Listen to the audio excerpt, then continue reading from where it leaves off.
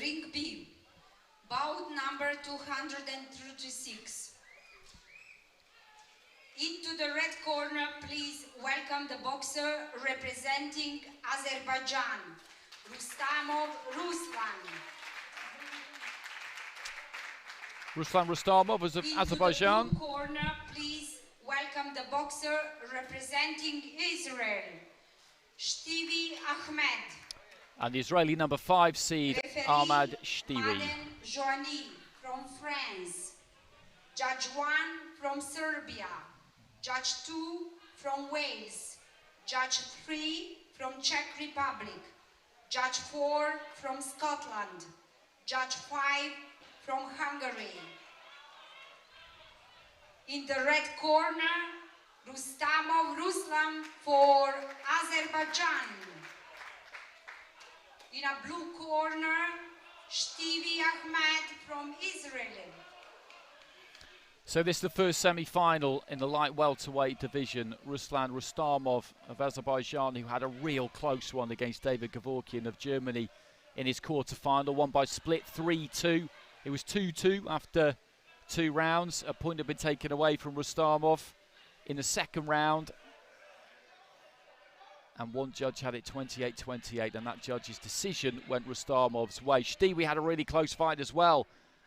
Got past Ziakevich of Belarus, the number 4 seed. 3-2 also. 3 scores of 19-19 going into the final round, and he got what he needed. Rustamov in the red, boxing for Azerbaijan. Shtiwi of Israel in the blue.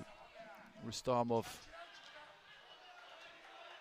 when he boxed in his quarter-final, did exactly what we've just seen there. He'll look to come forward and throw that left hand, just poking out with that lead right. The southpaw, of course, Shtiwi, an orthodox fighter. He's quite route one, Rustamov. At least he was when we saw him yesterday. It'll be interesting to see if he's looking to make any kind of adjustment, but that's generally what he does. He will step in, he will close that gap quick, and he'll look to throw that left hand. The lead right, the southpaw jab, that's more of a range finder. He uses that to gauge whether he's close enough, and then if he feels that he is, he will really commit to it.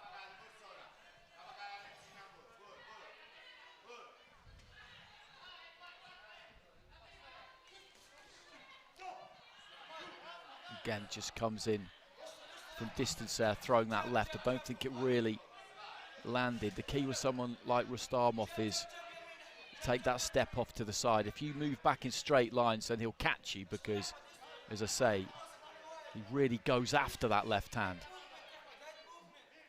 Double movement there from him. It would have been a double jab if he'd thrown the punch as he moved, but he didn't. He just moved in a couple of times, 2 different phases, then again looks for that left hand. Right hand there from Shtiwi. One came in a little bit low there. Rustamov just felt that one a touch, I think. Heading towards the final minute of round 1.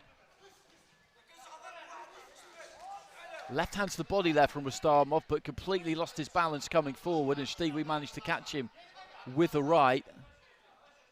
At the minute, Shtiwi, when Rustamov comes in, is just pulling back straight. If he takes a little step off to his side, when Rustamov loses his balance like he did there, then from that kind of position, as he comes by you, you can maybe capitalise. Tight opening round. Rustamov has been the more aggressive of the two, has landed a few kind of half clean punches. Shtiwi hasn't landed an awful lot himself. Right hand to the body there from Shtiwi.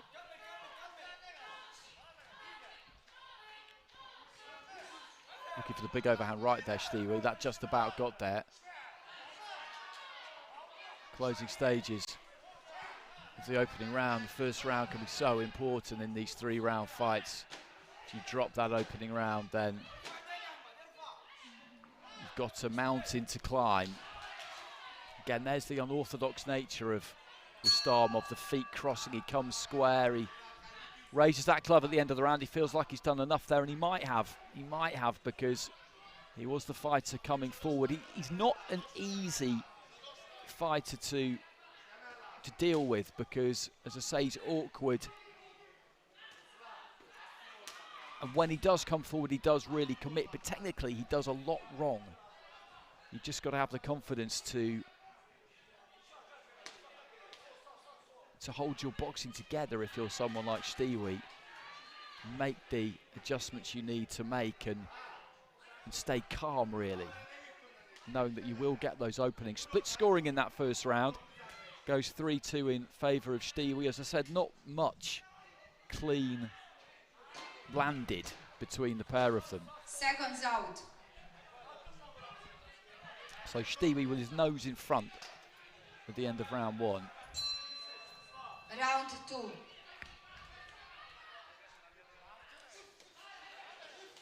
Starmer finds a couple of left hands there. Stewie was just moving off as the second one landed around about the breastbone. Right hand there from Stewie, then just dipped down to his left.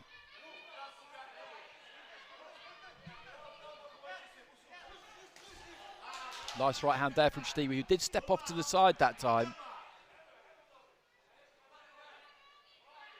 as Rustamov was coming forward. Pulled those feet back in a straight line on that occasion, Stewie, but did well. Rustamov came to the end of his journey. Feet stuck, and Stewie was able to fire back with a right hand.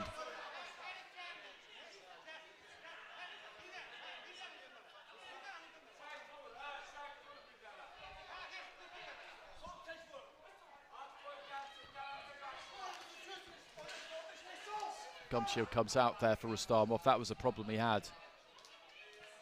That was a problem he had in that fight we saw him in yesterday, and that was why the point went in the end. It came out 3 times in the same round, and when you look at the kind of facial expressions he pulled, you can see why the gum shield comes out, because he's quite animated. At times he's kind of gritting those teeth,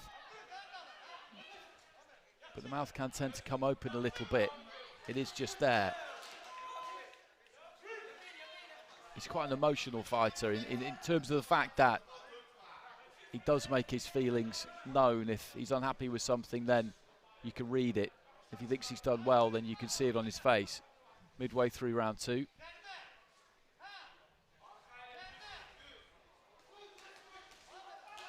Left hand just buffets Stewie back towards the ropes, and then another left from Rustamov. Stewie came back with a volley to the rib cage.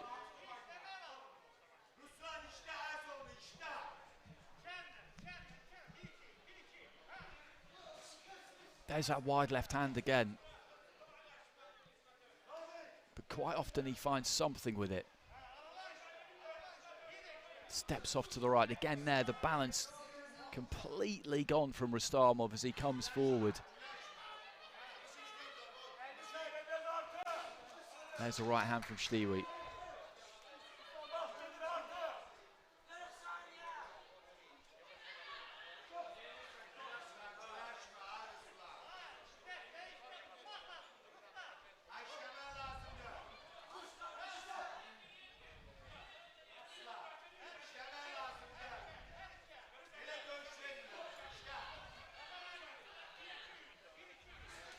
Straight right hand there from Stewie. Straight punches against Rustamov are definitely the way forward, because he throws that big wide left hand, and that's good work there from Stewie, right on cue.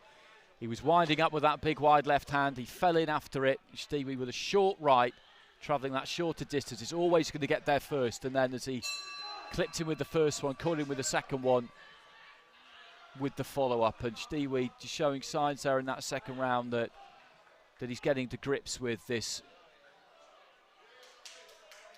difficult customer in Ruslan Rustamov. Awkward customer. When he throws that big wide left hand, if you step in and throw a short right, then it will find the target first. It will get there first. You can't step outside that left hand because there's just no real way of doing that. He wings it in from such a wide angle. But he plants that right foot quite wide, Rustamov, and just swings with the left. And Stewie gets it 10-9 with all 5 judges there, so he's got a good bit of clear water, up by 2 points on 3 cards. So getting that first round 3-2 was crucial there for Stewie, because Rustamov now has to pull out 10-8s, or Stiwi has to have a point deducted, really, for the Azeri to have any chance of getting back into this. And again, he just catches him on the way in there, Stiwi. Rustamov just sets those feet, lets his hands go. Stiwi's exchanging on the inside, moves off to his left. Not easy to see who got the better of that exchange, but it was good to watch.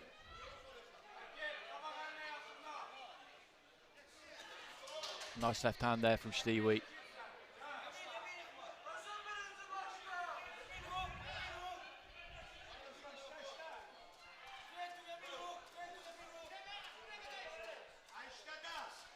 Good jab, nice jab.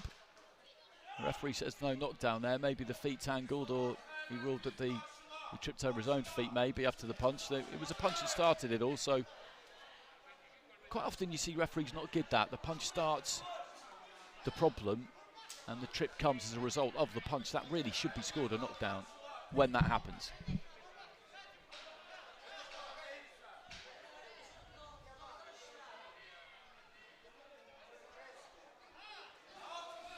Nice right hand there from Stiwi, just stepping off to the side and catches Rustamov as he went past. He's mixed it up nicely. As I said earlier, if you just pull back in straight lines, then you do give Rustamov a chance, but he's done both. He's managed to step off to the side, Stiwi, and catch him as he flies by, and a couple of times he's managed to pull those feet back into exactly the right place, give himself enough room to just get those punches in on Rustamov when that weight has come completely over the top of the front foot. Nice stiff right hand there again from Stiwi. Into the final minute. Left hand there from Rustamov. Stiwi, though, returning fire. Just pulled his weight back, bounced off that back foot through the right hand.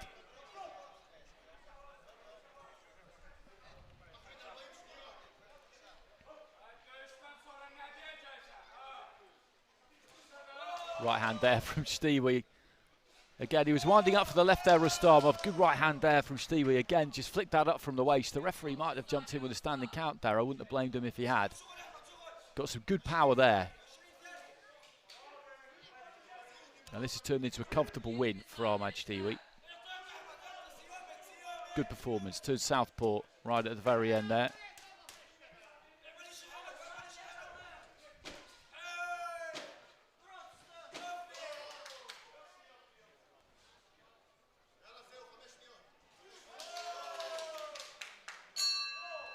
So the number 5 seed, the only seed remaining at the semi-final stage in the light welterweight division, he's going to go through here to the final, and that's a good performance because Rustamov is difficult. You know what he's going to do, but it doesn't always make it easy to deal with. First round he found it more difficult, Stiwi, but then just figured it out as he went along, and rounds 2 and 3 honestly were fairly comfortable for him.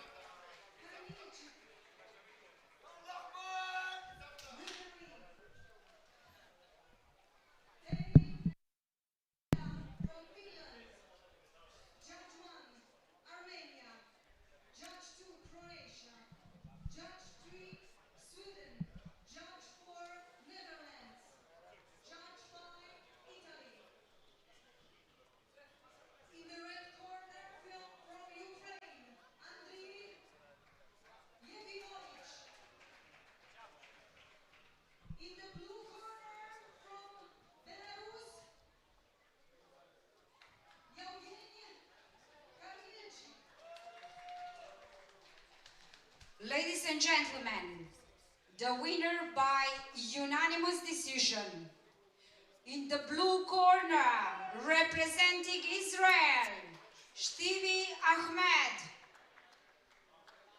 So Ahmad Stiwi gets it, sweeping the board in rounds 2 and 3, gives him a win by 3 rounds to 0 with 3 judges, 2 rounds to 1 with the other 2. So he advances to Thursday's final at light welter, where he will meet the winner of our second semi-final, which will see Dean Clancy of Ireland up against Matteo Ara of Italy both had good wins yesterday. Ara against Joe Tyers of England. Clancy coming through a real tight one against Luna Samraoui of France, the number 6 seed. Just 19, Clancy. He's having a really good tournament. Beat the number 3 seed, Jovanovic of Serbia, in the fight before he faced Hamraoui. Boxed in the Youth Olympics, 3-time European medalist. Ara looked good, I thought, though, against Joe Tyers. Win against number 7 seed Rhys Lynch of Scotland before that. Good composed fighter. It was all on the line heading into the final round, and he got it done in that last 3 minutes.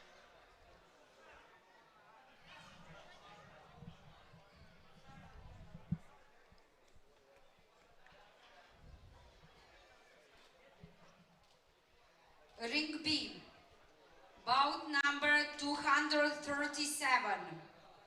Into the red corner, please welcome the boxer representing Ireland, Clancy Dean Patrick.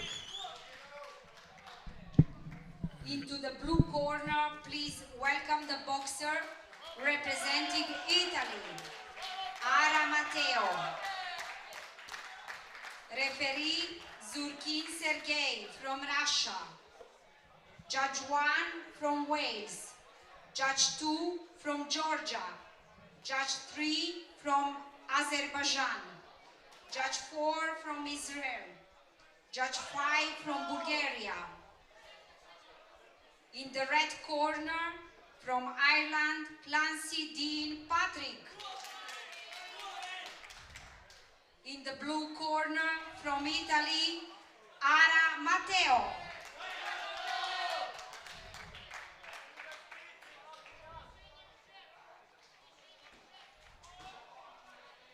So Clancy of Ireland in red, up against Ara of Italy in blue.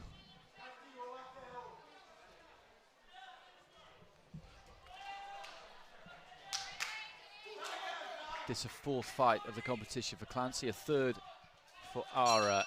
Round 1. Ara boxing out of that southpaw stance, Clancy orthodox.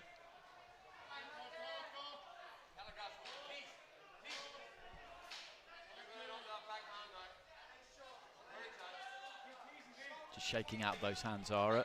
Clancy just managing to back him up towards that blue corner. Ara's not uncomfortable in that kind of situation, though. We saw him work well off the ropes in his fight against Tyers. Clancy closing in, lands a decent left hand there.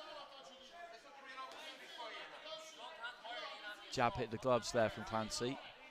Looking to try and go up and down with the jab if he can. Leads off with a left hook. Looks nice and sharp. The jab just falling a little bit short there again. Ara with a sweeping left. Only makes contact with thin air himself. Double jab from Ara again. Neither of these two quite got their range yet. Looking on the inside, finishes with a left hand there, Clancy. A right hand got through from Ara. Just feinting with the front foot there, Clancy. Ara with a good lead right hand. Earlier on in the round, it was Clancy on the front foot, looking to try and walk Ara down a little bit. The Italian, though, now holding the centre of the ring. This is a good match between these two. Looking to move that upper body there, Ara. Right hand from Clancy, just slides over his shoulder. Little left hand from Clancy. Found the target. Good head movement there again from Clancy. He doesn't want to get penned into a corner by Ara. Right hand to the body there from Clancy. Good speed from the Irish fighter. He's got the hand speed on Ara at the moment anyway. Ara with a long left hand. That was a scoring punch.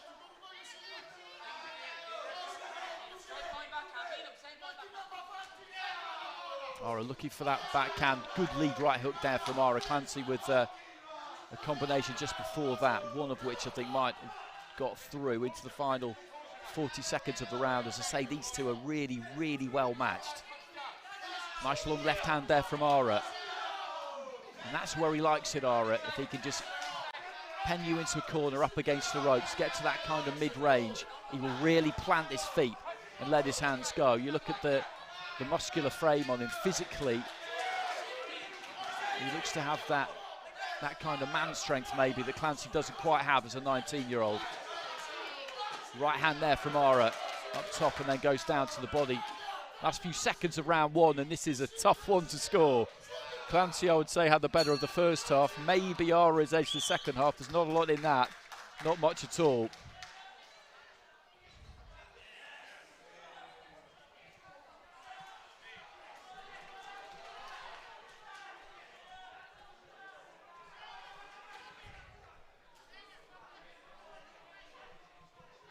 Italian staying on his feet. The Irishman using the stool.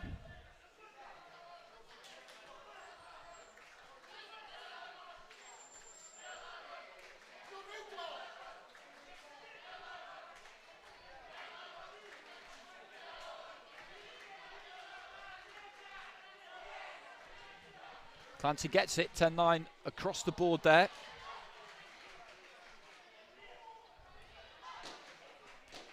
I didn't think there was a great deal in that round. I don't have any complaints with that though. Clancy was busy, he was sharp, threw plenty. Did have a good deal of success. He's got to keep that kind of mobility up though, because Ara, as I say, a little bit more economical in movement, not quite as busy as Clancy in terms of the feet. But when he does get close enough, he will look to really dig his toes in and let his hands go. Nice little feint there from Clancy.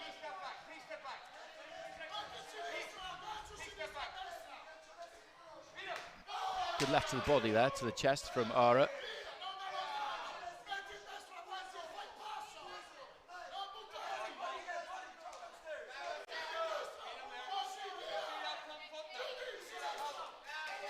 Good hand speed there from Clancy. 3-4 punch combination, a couple have got through.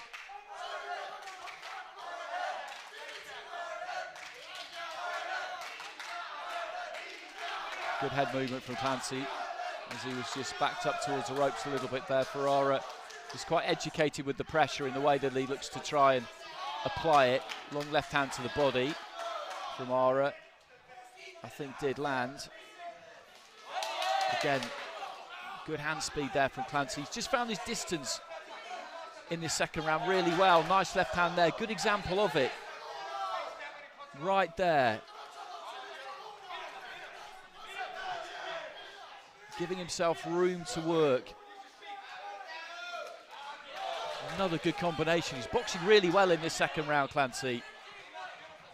Ara generally throws hooks. He needs to get in quite close to do his best work. So Clancy, even though there's not that much difference in height between them, the way he's able to box, he can keep this more on the outside, and he's found that kind of range perfectly.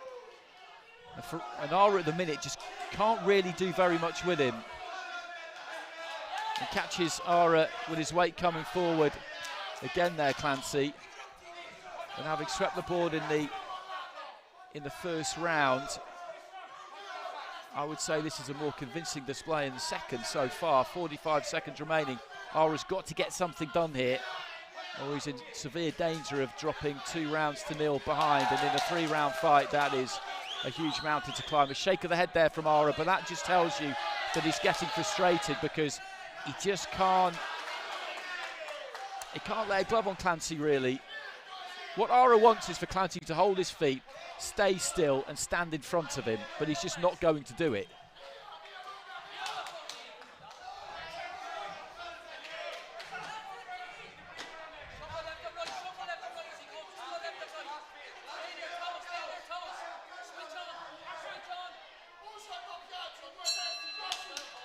They'll go to the end of the second round. Good round for the red corner. You could see Ara getting frustrated in that second round. As I said, he is fairly educated with that pressure, but he's up against a good mover.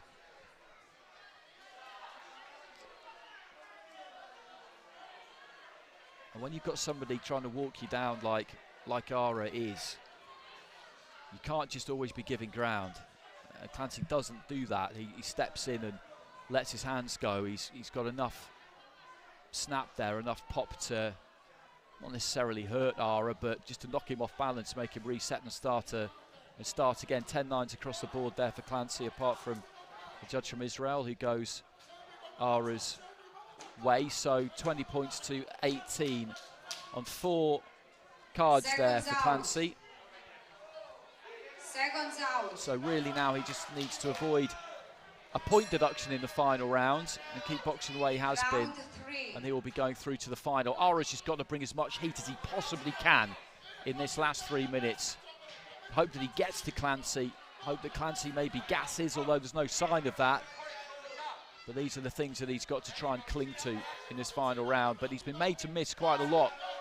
He does look quite tight and stiff, Ara, the way he throws his punches. That's just the kind of style that he has. And he's missed with quite a few, which could take it out of you. Trying to find the body, Clancy with the jab. Ara got through the left hand there, right hand from Clancy.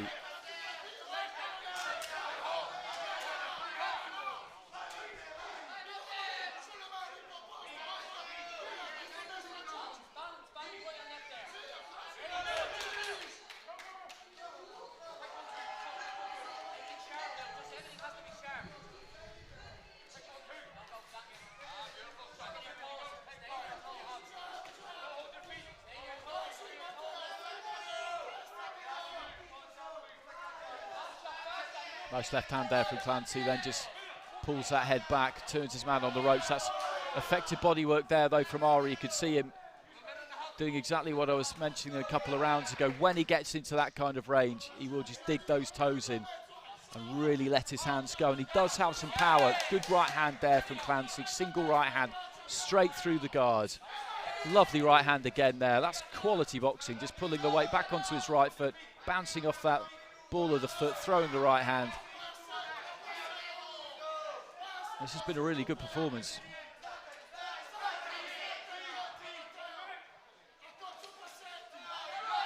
Again, good hand speed from Clancy. Right hand came back from Ara, but then just dips the knees. Clancy slides underneath that right. Into the final minute. Nice left to the body to finish on there from Clancy. Ara's done everything he's been able to really in this third and final round. Again, just trying to cut off the ring, trying to close his man down, trying to get into the range he needs to get at and let his hands go. But Clancy has moved those feet really well and he's punched very effectively. As I said, he's not just backed up, far from it. When he's needed to step in and meet his opponent, he's done it. Just as he does there, throws a good right hand. Lovely combination there from Clancy. Does get caught by a right though at the end of it. Ara taking some encouragement there. Nice left hand from Clancy.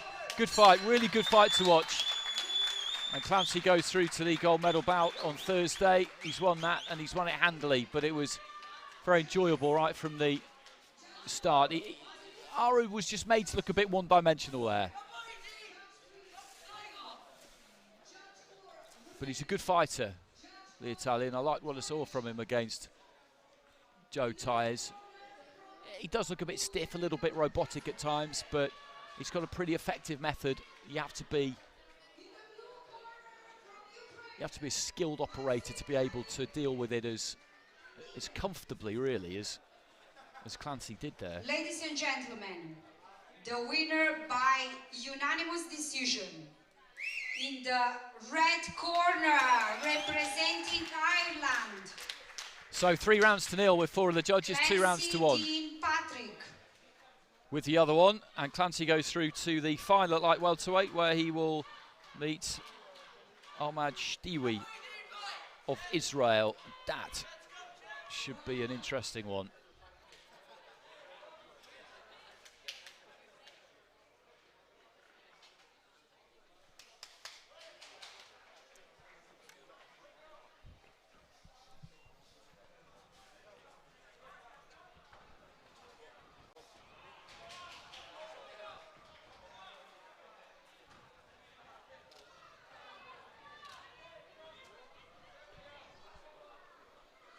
So that's what we've got coming up. It's welterweights next. Haris Akbar against Ivan Stupin. England against Russia. And then Gianluigi Malanga of Italy up against Maxim Molodan of Ukraine. And the next two fighters just away to my left-hand side. Haris Akbar in the red vest, the #1 seed. Stupin in blue. Akbar beat Kieran Malloy yesterday by unanimous decision. Stupin got past Otar Norderiani of Georgia. Bout number 238. Into the red corner, please welcome the boxer representing England, Akbar Mohammed Haris. Into the blue corner, please welcome the boxer representing Russia, Stupin Ivan. Referee Vucicevic Alexander from Serbia. Judge 1 from Poland. Judge 2 from France. Judge 3 from Slovakia. Judge 4 from Hungary. Judge 5 from Georgia. In the red corner from England, Akbar Mohammed Haris. In a blue corner from Russia, Stupin Ivan. So Akbar of England, the #1 seed, got past #8 seed of Ireland, Kieran Malloy, by unanimous decision yesterday. Ivan Stupin of Russia squeezed past Otar Norderiani on a split 4-1. I thought the Georgian was unlucky. I thought Norderiani was unlucky. Stupin, though, got the nod. And this should be a good fight between these two. England against Russia. Akbar in the red, Stupin in the blue. Two orthodox fighters. Good jab there from Stupin a couple of times in the early stages. Just knocking the head back of Akbar. Good 1-2 there from Akbar. Found his range nicely with that.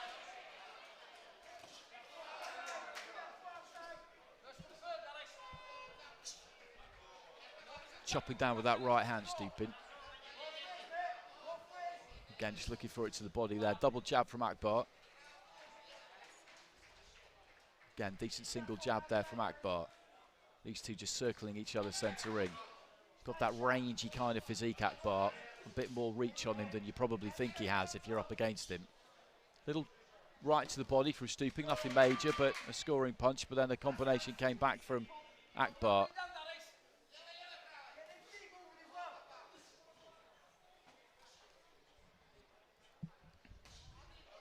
Left hand from Stupin, but taken on the gloves, then just steps into that 1-2 there. Akbar, the referee talking to him about making contact with the inside of the glove, slapping essentially.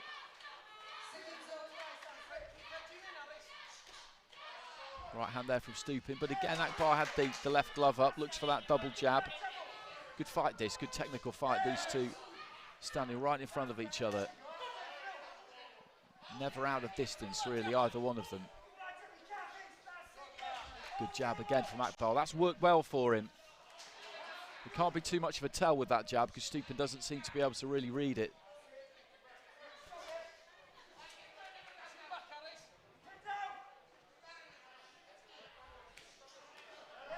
Short with the right hand there, Stupin, and Akbar came back with a left. Heading into the final minute of round 1.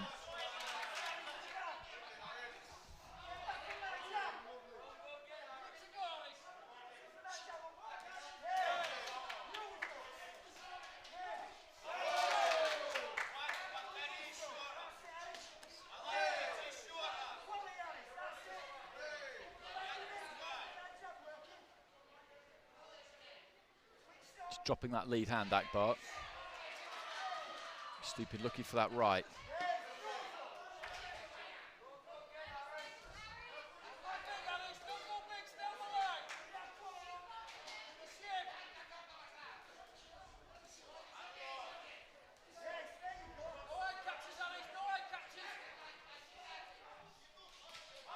Straight right hand there from Stupin. Didn't get through absolutely clean. Just looking for a big right hand there, Akbar. maybe started looking for a few more single shots towards the end of this round, but there's that 1-2 again. Bell goes at the end of the round. Good round, good opening round between those two. Akbar with the greater volume and the greater overall success, I would say. Wait and see what the judges think about it in terms of the scoring.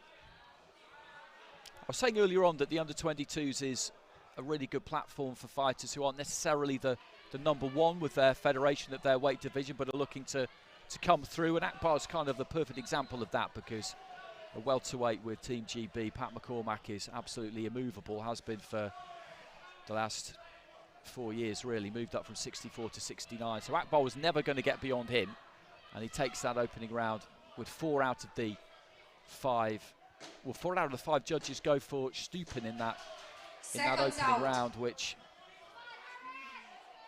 I must admit is a bit of a surprise to me.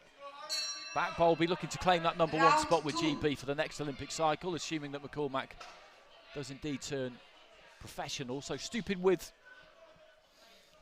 his nose in front at the end of round 1 there. 10-9s with 4 out of the 5 judges. It was a good round, like I said, at the conclusion of it when the bell went. Good round. I just felt that Akbar had done a greater volume of clean punching of the two of them. Looking to try and start quick there, Akbar. Looking for the right hand on the inside. Stupin, who's a little bit more measured in his approach.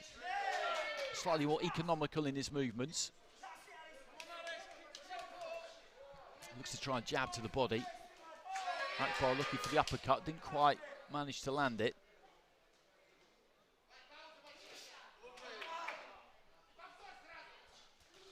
Looks for the uppercut there, Akbar. Stupin avoided that. Well, right hand there from Stupin. Half got through, I think. Left to the body from Akbar. Akbar with a left on the inside there. Third punch of a 3-punch combination.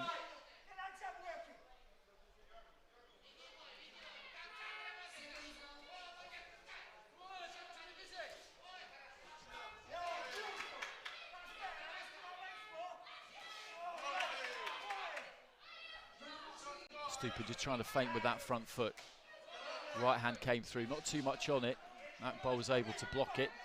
He's blocked that right hand pretty effectively with that left glove so far, the England fighter. Look for that uppercut again, Akbar has not managed to land that yet. There's a good right hand from Stupin. That snuck in around the back of the guard.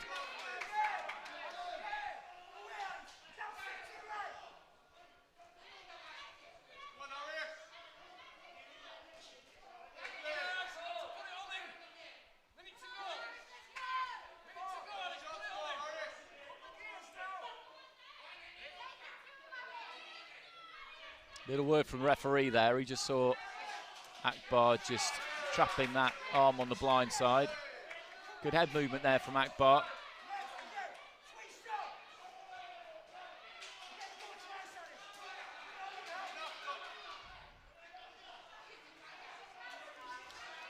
Looking for the 1-2 there, Akbar. Just lost his balance slightly as he came in behind that right hand. Stupin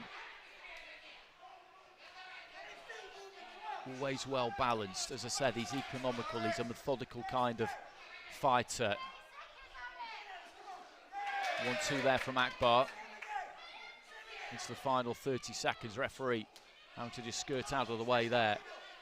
His defence has been pretty good, Akbar, for the most part. He's got those gloves up nicely close to the side of his head. Just take to the side of the head when he's needed them to. Left hand.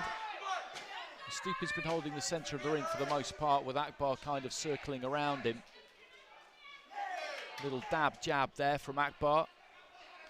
Bell goes to the end of the second, and the scoring of that second will be absolutely critical, as it always is. Stupin, of course, was 4-1 up at the end of round 1, so Akbar needs to get that back. He needs to get that back and set up a situation where, at worst, he's trailing on 2 of the cards, because that will give him a chance in that final round. If he's 2 points down on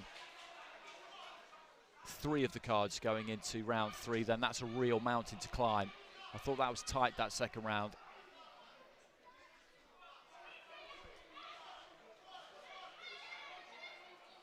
And Stupin gets it with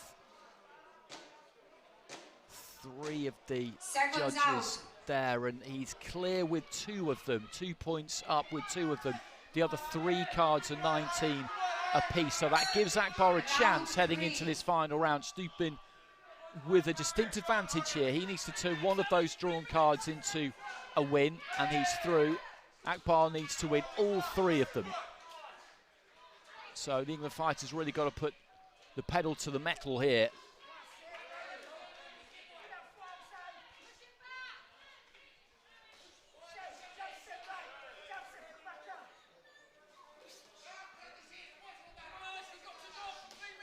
Nice left hand there from Stupin. First couple of punches didn't land, finished on the left of the body, that did. Good jab there from Akbar.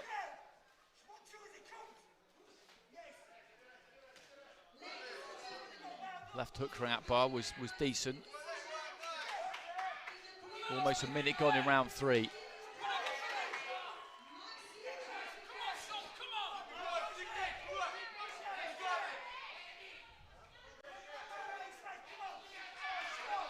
Right uppercut there from Akbar was a decent shot. There comes that right hand from Stupin, but again the left glove is up. He's looking for the body more in recent times. Stupin, lovely left uppercut that from Akbar. Nice smart bit of boxing.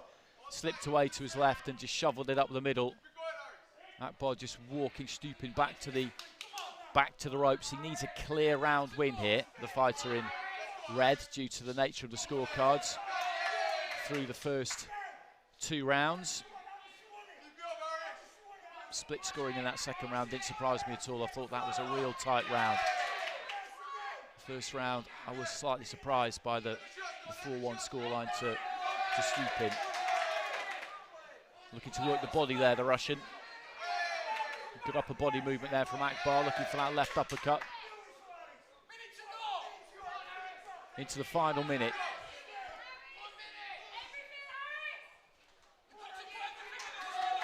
He's making a miss there, Akbar. He's got to try and make Stupin pay.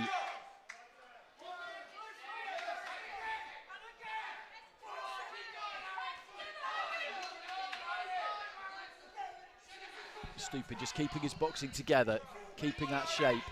No emotion given away by him whatsoever. Impossible to read. Doesn't react to anything. Nice left to the body there. He's found that a few times, the Russian. Short with the right hand there. Akbar trying to come back with his combination. His upper body movement is good, Akbar. He does make his opponent miss often. Maybe doesn't make them pay quite enough. Stupin just looking for that right. Most of those rights have been blocked. I would have to say that.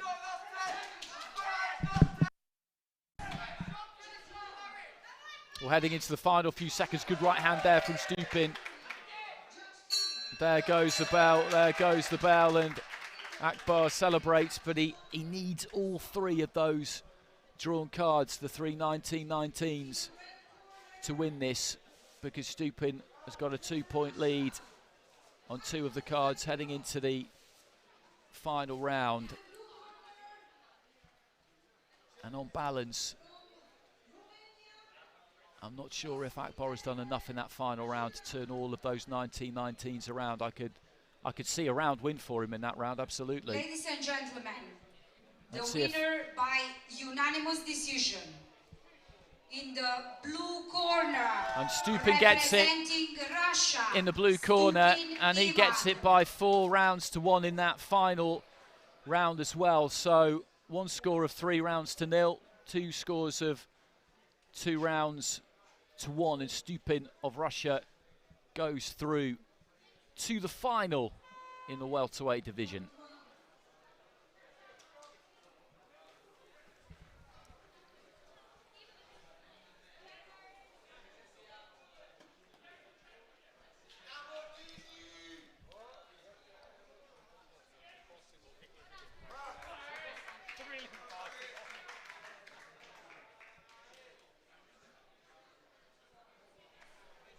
And our next semi-final rather, in the welterweight division will be between Gianluigi Malanga of Italy, the number 3 seed, and Maxim Moladan of Ukraine, the number 2 seed.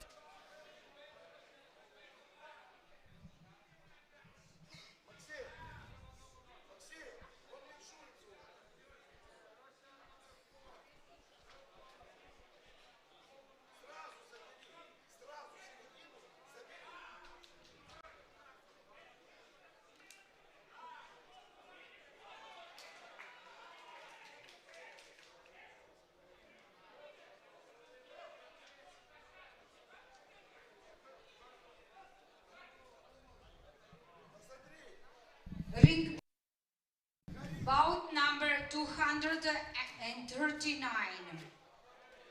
Into the red corner, please welcome the boxer representing Italy, Malanga Gianluigi. Into the blue corner, please welcome the boxer representing Ukraine, Molodan Maxim. Referee Pavlov Pavel from Bulgaria. Judge 1 from Moldova. Judge 2 from Wales. Judge 3 from Poland. Judge 4 from Russia. Judge 5 from Israel. In the red corner, from Italy, Malanga Gianluigi. In the blue corner, from Ukraine, Molodan Maxim.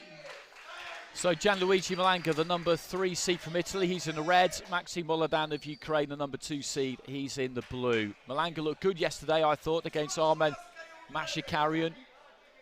Good mover. Italian elite champion a couple of times, boxing the world champs in 2019. Molodan, a Youth World Championship bronze medalist, went against Lorenzo Sotomayor earlier this year. He got past Sebastian Teterin of Denmark yesterday by unanimous decision. Although he was slightly fortunate with that one. But you take what you get in tournament boxing. So we've got 2 southpaws here. Malanga of Italy in the red, Molodan of Ukraine in the blue.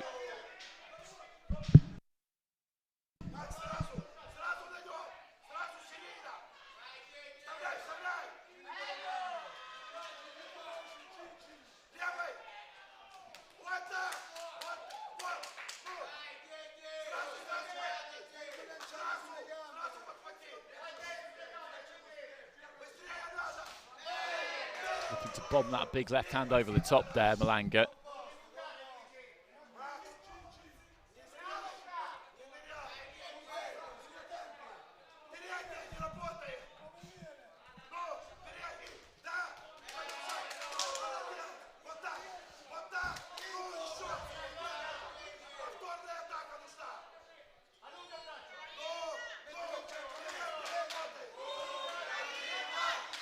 Never long before Malanga just looks to step in.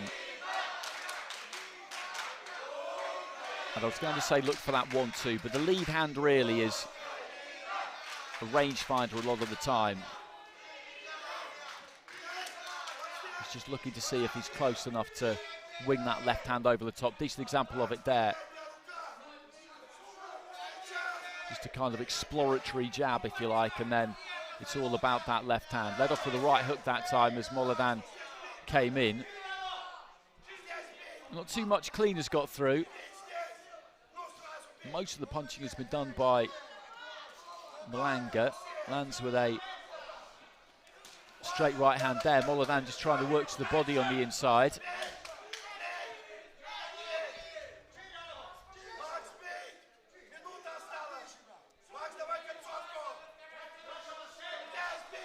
Wasn't in range for the left hand that time, Malanga. Molodan tried exactly the same thing himself.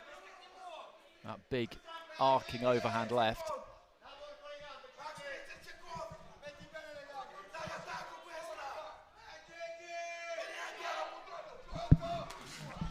Nice combination there from Malanga as Molodan was on his way in. Caught him a couple of times.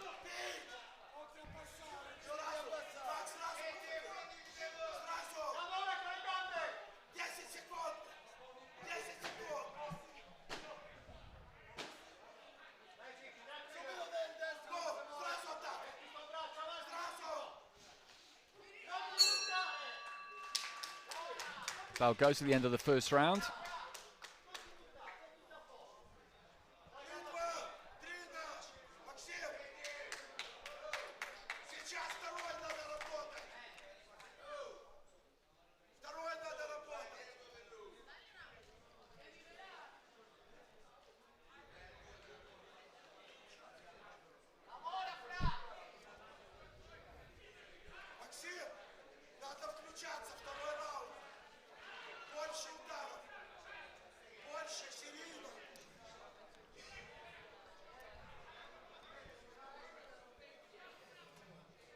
split scoring. 2 10-9s for Malanga, 3 10-9s for Moladan. As I said, there wasn't an awful lot of clean punching done by either one of them. Moladan was some decent body work. Malanga maybe flattered to deceive a bit. The look of the fight was that he was on the front foot more. He was slightly more aggressive. Good jab there from Malanga to kick off things in round 2. So it was a tight round, the split scoring reflecting that. Moladan trying to keep that upper body just slightly on the move, just oscillating from side to side.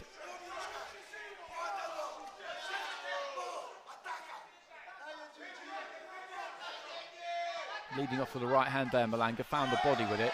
Left hand on the inside was a good punch. Kind of screw shot almost, and the Italian corner away to my right hand side in raptures about that one. Jab to the body again there from Malanga.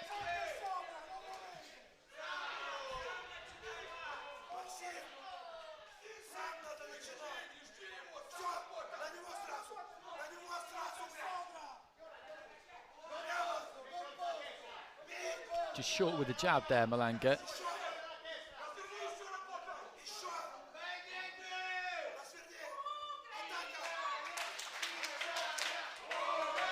Long left hand there from Malanga, got through, really stepped into that. Had to make that one reach.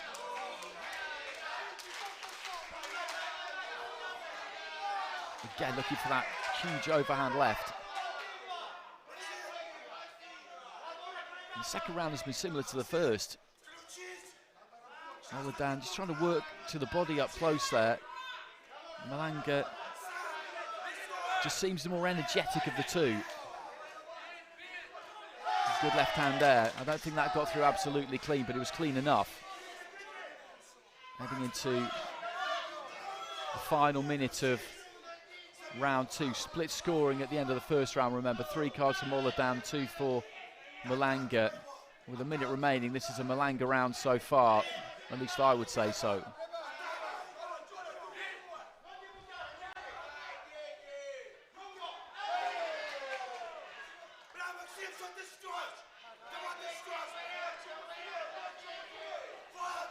Nice right hand there from Malanga. Moladan just came over the top of that front foot as he was coming in. The weight was all forward. Malanga tagged him with a short right.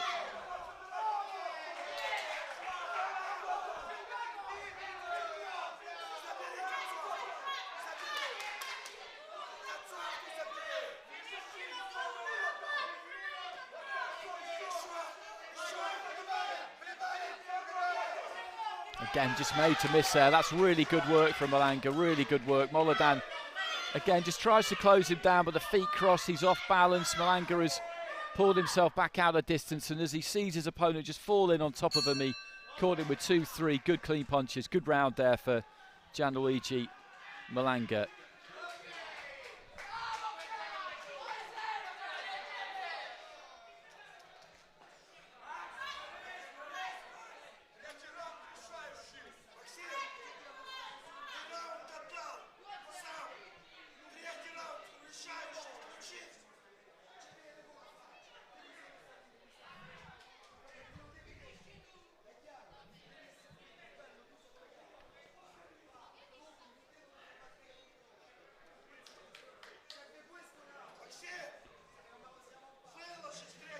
Malanga gets that one across the board. That was an easy round to score. So he's got a 2-point lead with 2 of the judges and the other 3 on 19-19. So he's got an advantage here, Malanga. He needs to turn one of those 3 drawn cards into a win. Moladan needs all of them. So big ask for the Ukrainian going into the final round.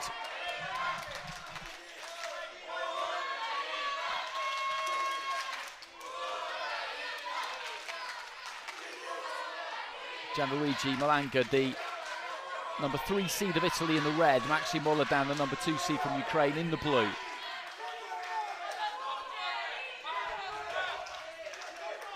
That's good boxing again there from Malanga. Takes those feet back beautifully and then just throws that right hand off the back foot. Catches Moladan coming forward. That was really, really good stuff. And that's exactly what you have to do against an opponent like this. He's quite clumsy, Moladan. He's quite basic, rugged. He will come forward and keep coming forward. And if you don't have the skills to be able to do that, to do what Malanga just did there, then these kinds of opponents can be a real handful. You need to be able to do that, have the composure and the execution to pull that off.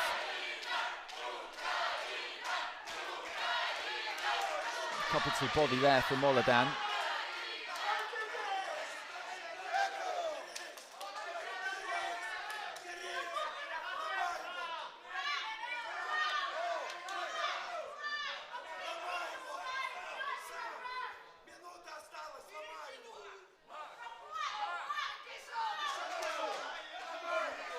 Just got to tuck that vest back into the belt line.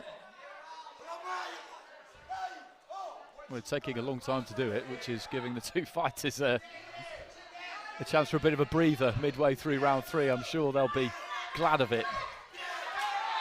Malanga comes straight out and aims a massive left hand, which doesn't find the target. And again,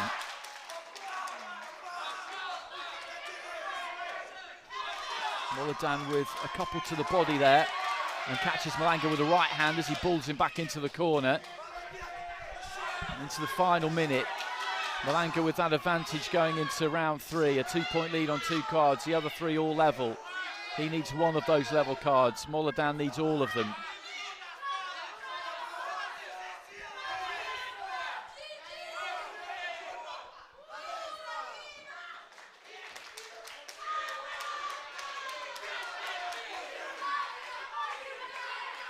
Messy. In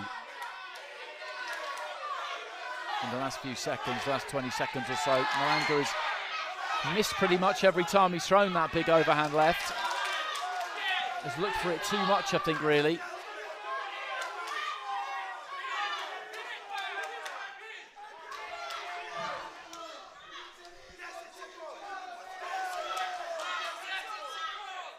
Well, just a matter of seconds remaining here. Moladan just looking to try and finish strongly here. There's not been an awful lot in this final round. It's a bit like the opening round. The second round was clear for Malanga. Malanga feels he's done enough. And just a reminder, those 3 level cards, he needs one of them to get the win here. Moladan needs all 3 of them. I would say that's unlikely.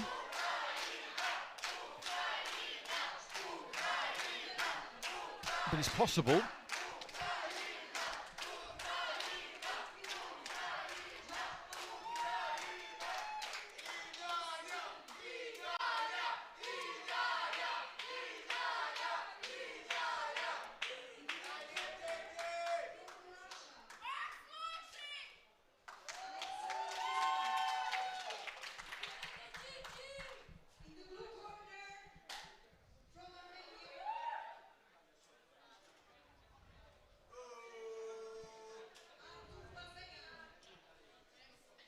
Ladies and gentlemen, the winner by split decision in the blue corner, representing... Well, Moladan has got it. Moladan has got it. He's got it 4-1 in that final round, and he's turned it around. All 3 of those 19-19s, he got all of them. And that gives him the win, 3-2. Split decision.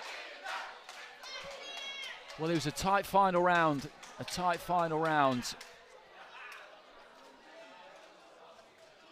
But he's managed to get it.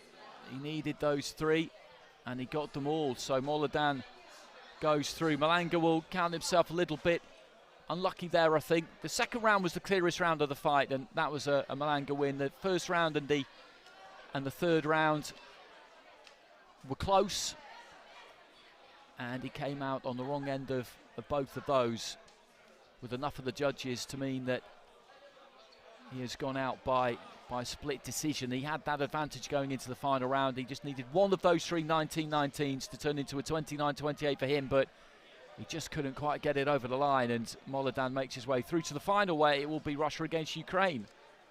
Ivan Stupin will be his opponent, as we know.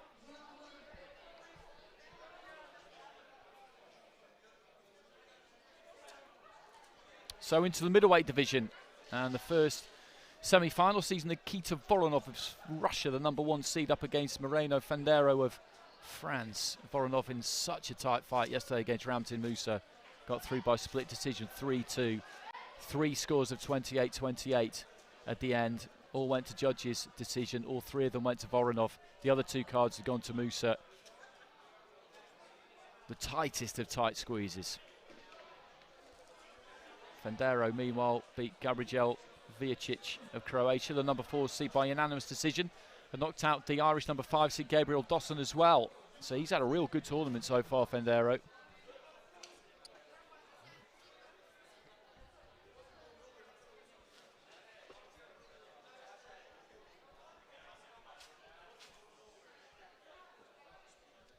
Ring B, bout number 240. Into the red corner, please welcome the boxer representing Russia, Voronov Nikita.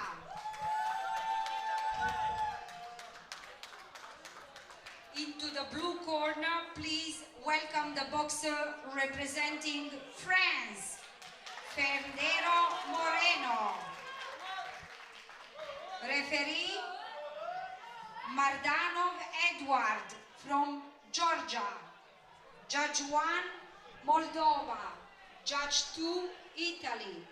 Judge 3, Czech Republic. Judge 4, Lithuania. Judge 5, Scotland. In the red corner from Russia, Voronov Nikita. In the blue corner from France, Fendero Moreno. So big height difference between these two. You can see that as they're called to the centre of the ring. Voronov, the #1 seed from Russia, in the red, the taller of the two. Fendero of France, compact, solid, muscular campaigner. He's out of the southpaw stance. Voronov in the red, the orthodox fighter.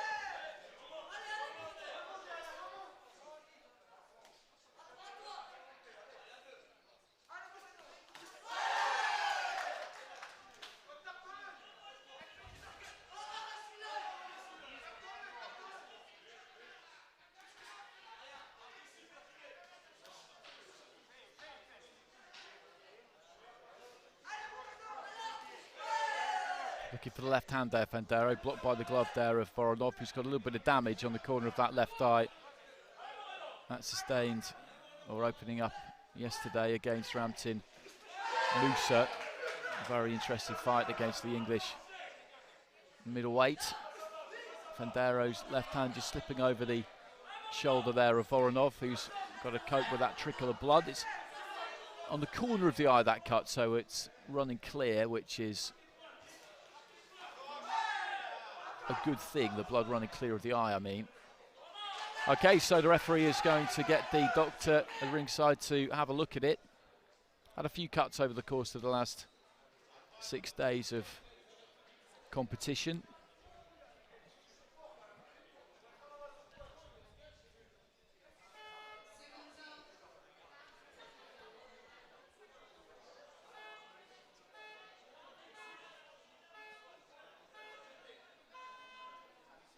Doctor just pinching it together there for a good while and having a real close look at it. Now, if she stops it here, we'll go to the cards. And she says, okay, box on, but it took her a while to make that decision. A good shot landed there from Fendero. And then he did lose his feet there, Voronov. Not sure if a punch started that or not. I think it probably did, in which case, technically speaking, you should score that. And that was a good right hand there from Fendero as well. The referee just having a word with him about treading on the lead foot there of Voronov. Southpaw against the orthodox, that is going to happen. I don't think there was anything deliberate about it. Good right hand again there from Fendero. Solid, solid shot. That's a couple of times that he's landed that now. Voronov came out looking aggressive after the doctor had a look at the cut. I think the reason being that he thinks that maybe this isn't going to last that much longer, and he's got to try and make sure that he's ahead if it gets called off. Now that cut was there yesterday. If it's been reopened by a head clash, then we would go to the cards. If it's been reopened by a punch, then Fendero, if it stopped, would win. I didn't see the gesture from the referee at the time indicating which one of those it was. But it's definitely meant that the tempo has been upped here. Voronov looking for that right hand. A good right hand there, just driving Fendero backwards.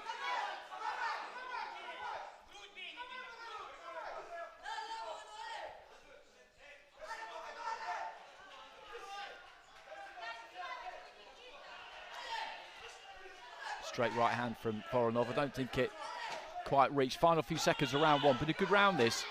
Voronov's been busier of the two. Absolutely no doubt about that. Then he's been aggressive, especially since that trip to the apron to see the doctor. But some real good, clean, solid blows were landed by Fendero in that round as well.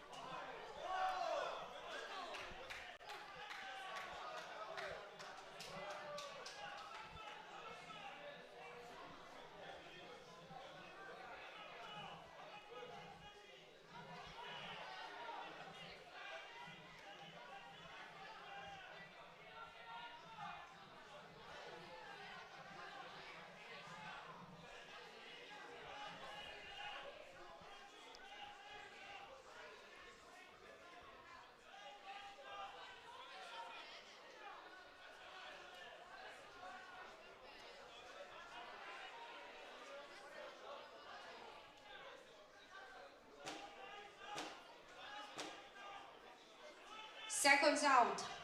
Well, split scoring there. 3 cards for Voronov, 2 for Fendero. It was pretty tight. As I said, the greater work rate came from Voronov. There was plenty of intent, and he did land, but Fendero, who was more measured, punched more sparingly, did land some real good solid blows, particularly that right hook a couple of times. So we've got an interesting fight on our hands here. The corner have tried to patch up that eye of Voronov's as best they can. Good right hand there from the Russian. He's in red, Fendero of France in blue. Left hand on the inside there, I think, from Fendero.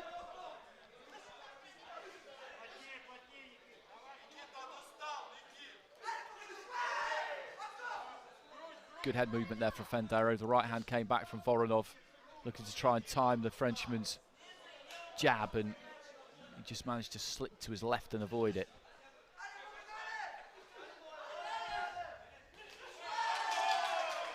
Left to the body from Fendero. Just trying to measure that right hand, Voronov, when he just kind of jogs out that left. He's trying to set up the right hand. But when he does throw it, as he did there, his feet cross quite often. He comes square, but just travels straight onto the shoulder of his opponent, which makes it difficult to counter. He did exactly the same thing there. And Fendero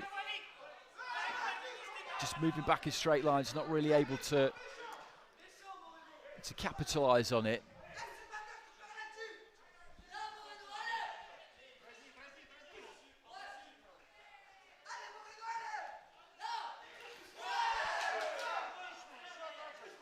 Right hand came in there from Fendero. Jab to the body, that landed certainly. Heading towards the final minute of round 2. Nice combination there from Voronov.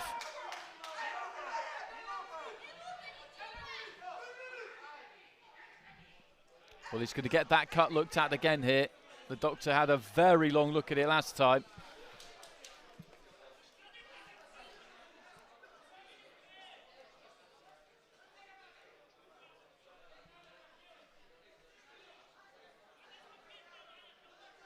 And the doctor's saying, okay. So 58 seconds remaining in round 2.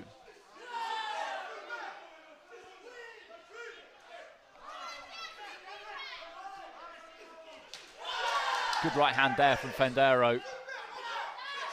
You could hear that one land.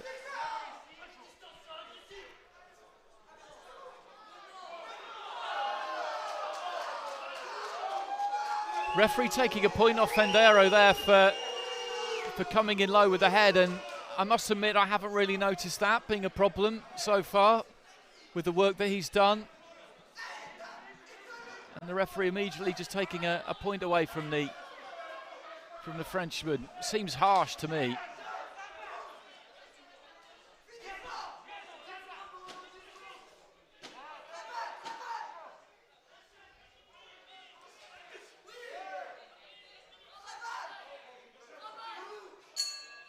There goes a bell at the end of the round. That point deduction for Fendero is going to be damaging.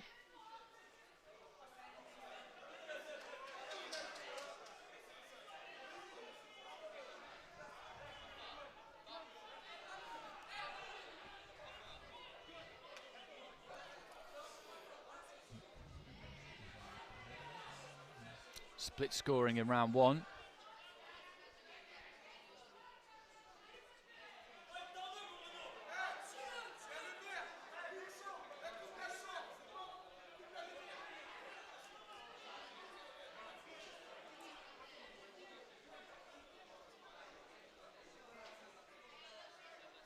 And split scoring again.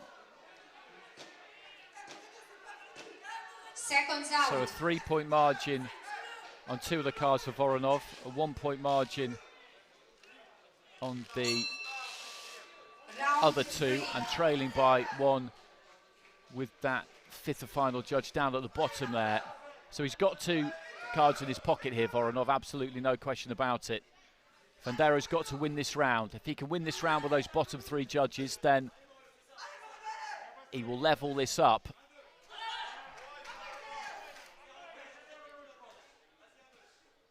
With two of them, he'll win with one, level up with two, and then it would go to judges' decision with those two judges. That's the equation for him. He's got to win this round with those bottom three judges. Nice bit of work there from Voronov. Right hand and then whipping in the uppercut.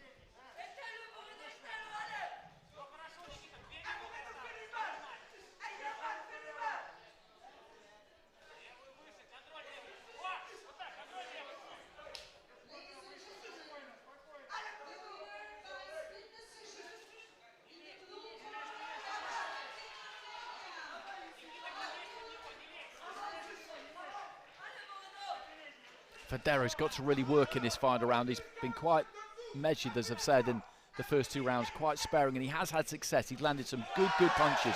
Nice right hand there from Fendero. That's the puncher that's given him most joy, but I just think he probably needs to step on the gas in his final 90 seconds because he doesn't want to leave anything in there.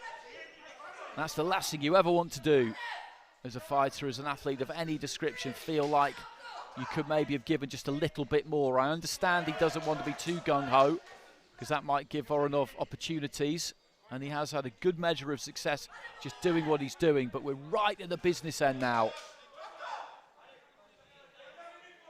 And he's got to try and take this away from Voronov in the final minute.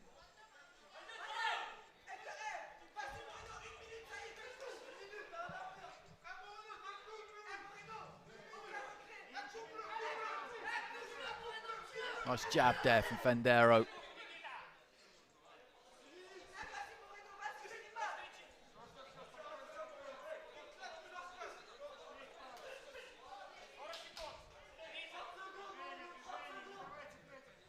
Voronov has stuck to his task well here, given that cut opened up in the first round after just 70 seconds. He's never really let it bother him. It's something that international amateurs are used to, but it doesn't happen all that often.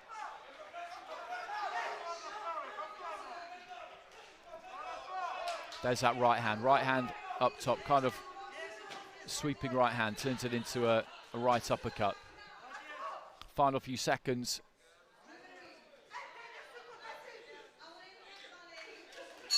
And there goes the bell, and that was a fairly even final round. I would say that was, for me, more likely than not a Voronov round, and that would see him over the line. Fendero, with that point deduction, that did him some damage. Without that, it would have been level on two cards, and he would have been ahead on one. down on the other two going into the final round. Needs those bottom 3 cards, and I'm not convinced that he's going to have got them. Ladies and gentlemen, the winner by split decision in the red corner. So Voronov gets it, Russia, and he got it across Voronov Nikita. the board there in that final round, and 4-0. So a draw with Scotland there down at the bottom, which would have been 2 rounds to 1 actually to Fandero, but of course there was the point deduction. With everybody else, it was in favour of Voronov by 3 rounds to 0 with 2 and 2 rounds to 1 with the other 2. So he goes through, the number 1 seed, he goes through to the final.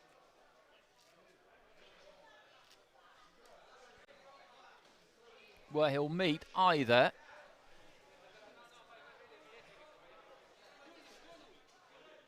Kevin Schumann of Germany or Bogdan Tolmachov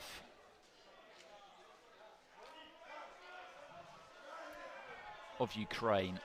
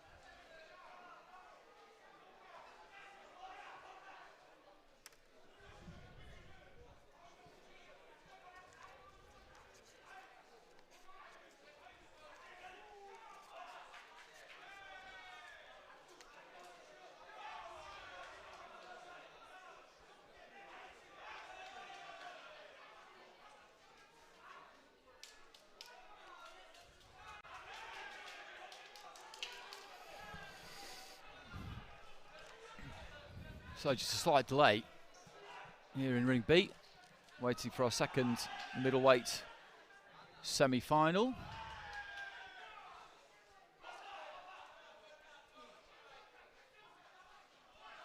Ring B, bout number 241.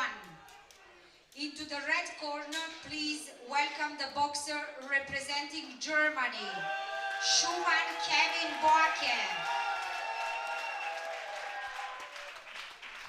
Into the blue corner, please welcome the boxer representing Ukraine, Tolmachov Bogdan.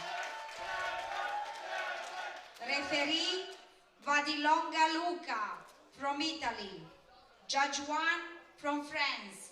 Judge 2 from Israel. Judge 3 from Wales.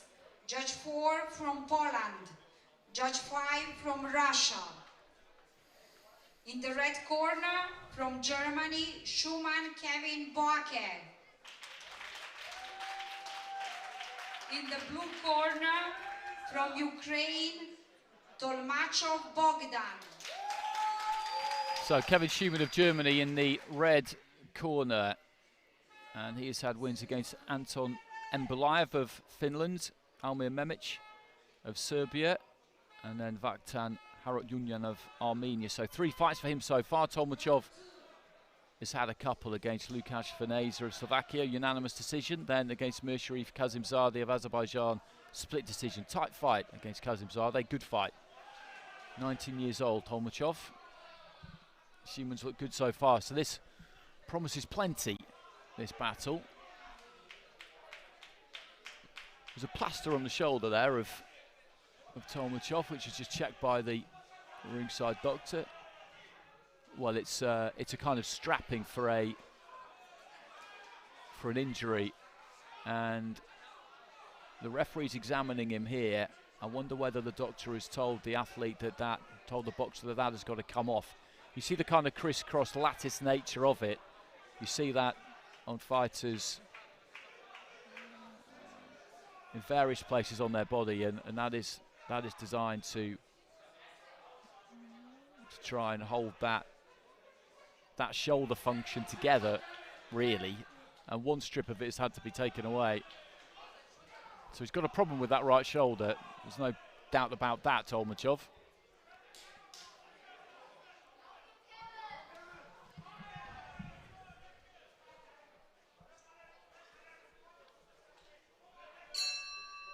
Round one. So Schumann of Germany in the blue, Tolmachov of Ukraine, the number 2 seed.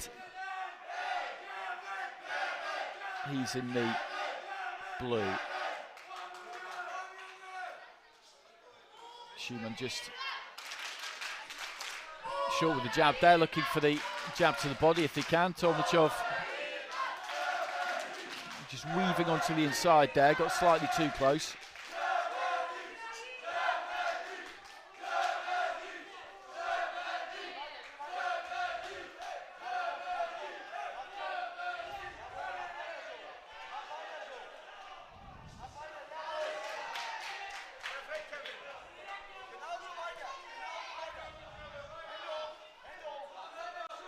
Trying to jab his way in there, Tolmachov. Double, triple jab, taking a feet forward with it.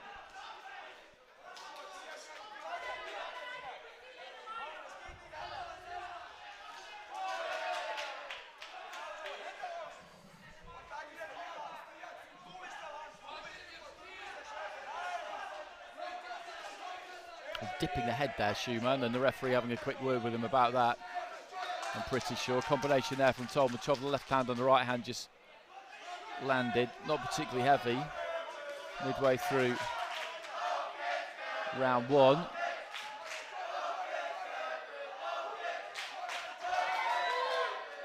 The difference between these two in terms of styles, Schumann's got a lot of movement about him, up on those toes at times.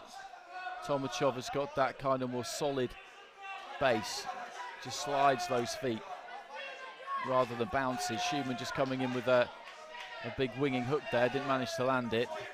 Tolmachov, meanwhile, is always just closing down that space. He's looking to walk him down and get onto the inside. The heads cracked together there, a grimace on the face of Tolmachov. And just taps the right side of his face, that right jaw. Not really gelling this one so far. Switching southpaw here, Tolmachov. Seeing if he can do something out of that left-handed stance. Lands a jab to the body.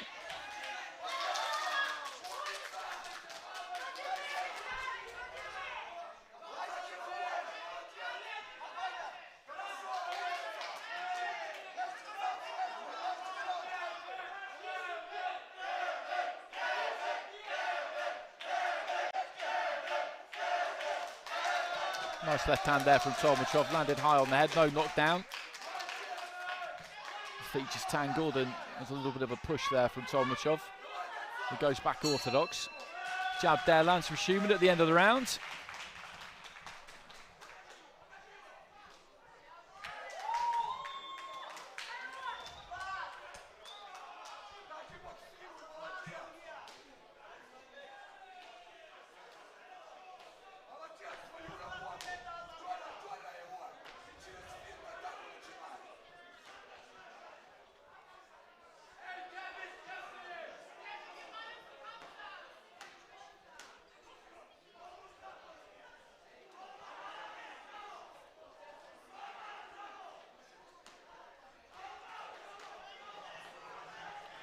The split scoring, Tolmachov gets it with 3 of the judges, Schumann with the other 2. I would have gone Tolmachov that round myself, based on not an awful lot, to be honest. It was one of those rounds where not too much landed. Plenty was thrown. Tolmachov was just a little bit more balanced, as I said, a little bit more solid, maybe not quite as eye-catching at times. I thought he possibly just edged it, but the split scoring reflecting there a close round.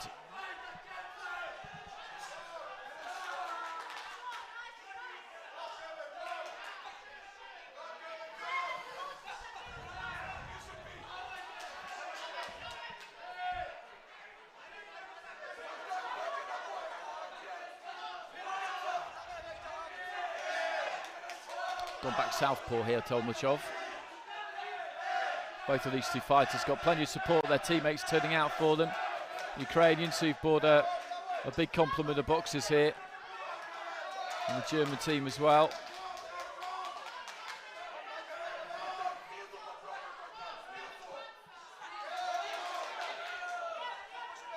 Nice double jab there from Tolmachov. The second one got through. Schumann just looking to try and land his lead hand, just gets a little bit too close, a little bit too tight. That's happened quite a lot so far. Trying to steal a jab to the body there, Schumann. Tolmachov again, trying to double up. Nice left hand there from Schumann though.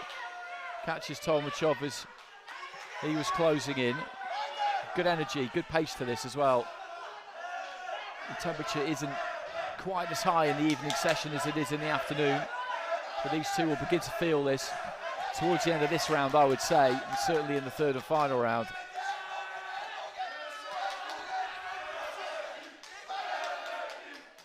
A clash of heads there, and he's just put that glove up to the left eye, an elbow, he's saying there, Tolmachov. I don't think there's a cut, thankfully. There is a little bit of blood coming from, I think maybe just under the eye actually. Into the final minute of round two. Yeah, there's just a marking, just a little cut underneath the left eye. Increasing amount of blood coming from it. It's not a problem in terms of his vision. He'll be able to feel it, of course, but he's not showing any signs of discomfort. Well, not too many anyway. It does look like a bit of a mess, to be honest.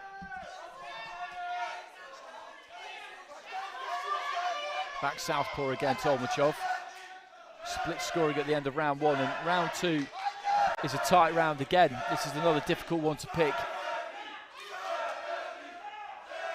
And we could well have this all in play heading into the third and final round, depending on how this second round is scored. That's a good combination there from Tolmachov. Schumann just a little bit wild, a bit reckless as he came in there. Bell goes at the end of the round. And they'll need to get working on that cut in the corner there, the Ukrainians. You could see him grimace as soon as it landed there, Tolmachov. He indicated that it was an elbow which had caused the damage.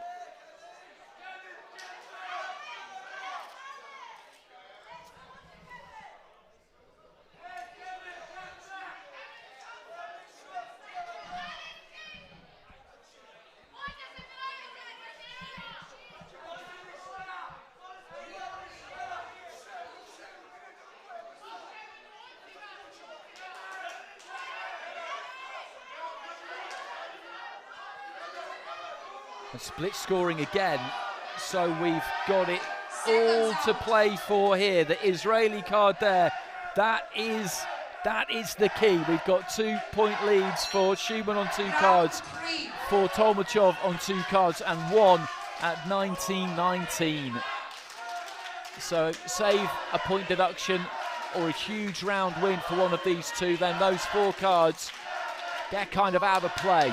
2 are going to go to Schumann, 2 are going to go to Tolmachov. So it comes down to that 1 card, the 19-19. Whoever can win it with the Israeli judge, then they are going to get this, you would imagine. Good stiff jab there from Schumann. And I'm not surprised by the split scoring. It's absolutely fine to have 2 scores of 2018 in one direction and 2 scores of 2018 in the other, because it's been that kind of fight. There's been very little to choose between them.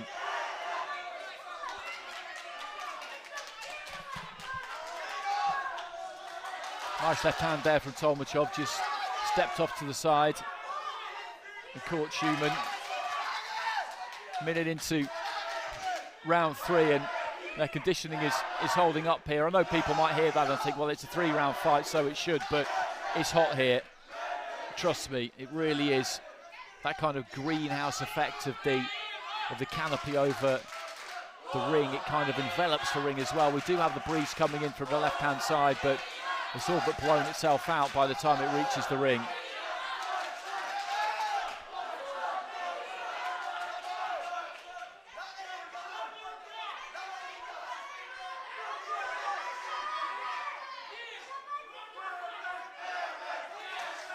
Right hand there from Schumann. I'm not sure how clean it was. Tomachov just trying to plant those feet wide as he pins Schumann back towards the ropes and then just let his hands go.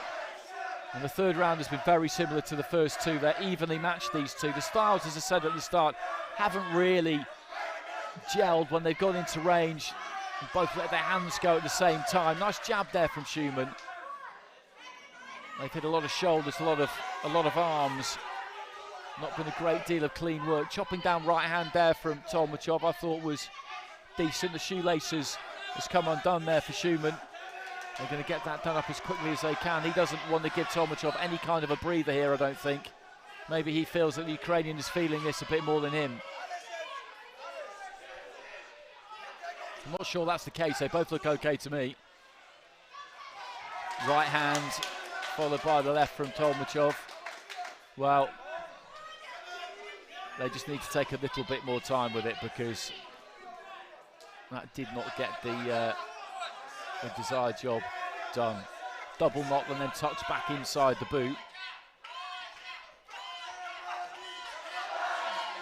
Schumann throwing up close, the heads coming close together again there, heading into the final 30 seconds. And just remember, it's that one card we're looking at here. There's been no point deduction, there's been no big round win for either one of these two, so those two cards that they each had control of by a 2-point margin going into this final round, they're done.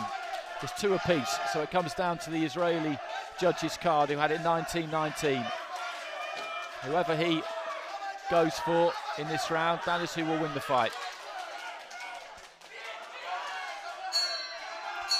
There goes the bell. Good fight, enjoyable fight. Schumann raises his right glove. They'll both know, both corners will know the state of play going into that final round.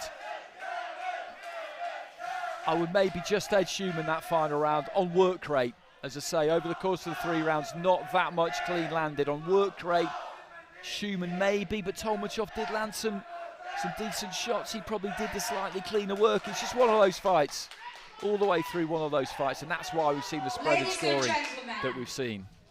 The winner by split decision in the red corner. Well, Schumann gets it. Schumann gets it. And there is that card up the top there. The Israeli card goes. It wasn't the Israeli card, I beg your pardon, but it's gone 3-2 in Schumann's favour. 3 rounds to 0 with 2 judges, 2 rounds to 1 with the other one. And he's got it 3-2. He's got it on the split. And it was anybody's. It was absolutely anyone's going into that final round. Really was.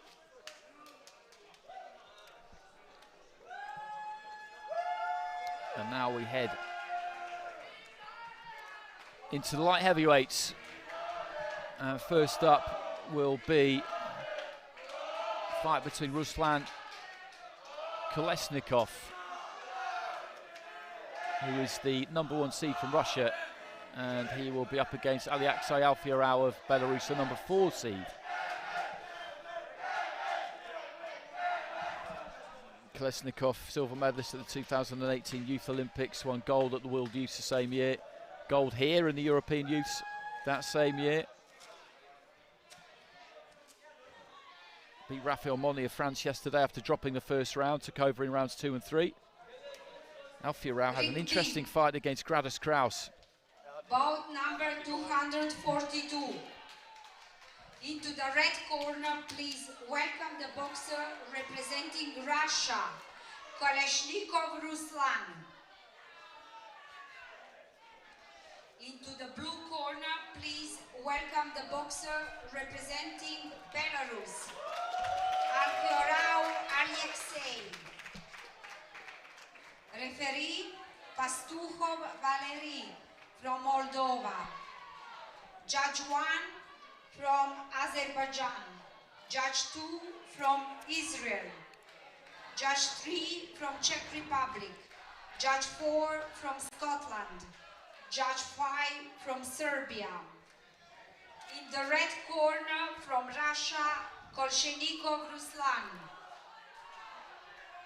In the blue corner from Belarus, Alfiorau Alexei. I mentioned that fight from Alfiorau against Gradus Kraus of the Netherlands. He won by unanimous decision, but completely gassed from about midway through the second round onwards. Managed to hang on to the win. The damage you see on his right eye there, that was a head clash against England fighter Conor Tudsbury. After 22 seconds Round 1 of his first fight, he got the rub of the green there. Total lottery with the scoring, of course. After 22 seconds, he got it 3-2. Terrible situation for the judges, as it is for the fighters. How you're supposed to return a verdict on 20 seconds of fighting? I guess you just do your best with it.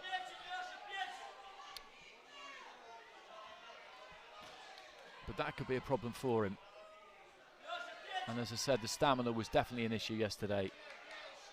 Kolesnikov made a bit of a slow start against Raphael Moni. Moni, a good, compact, solid fighter from France, kept things nice and tight in the first round. Took that one. Kolesnikov, who was maybe a little bit too expansive, a bit too confident in the first round, tried a lot of things which didn't quite come off. Kept it slightly simpler in rounds 2 and 3, and pulled back that deficit to get the win. He's a good fighter, Alfiorau.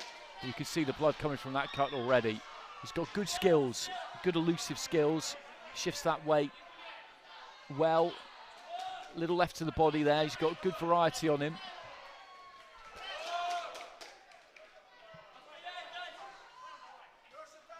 I'm not sure if that is blood or just marking up actually on the right-hand side of the face there. Well, he's been taken over to the ringside doctor already, so I think it has opened up the cut. It was always going to.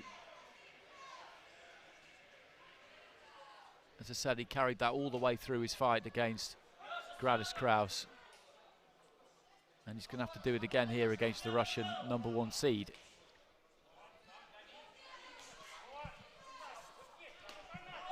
Left hand was maybe a bit low there from Alfiorau. That one wasn't. Well, the first one was a bit low. The second one was okay, I think.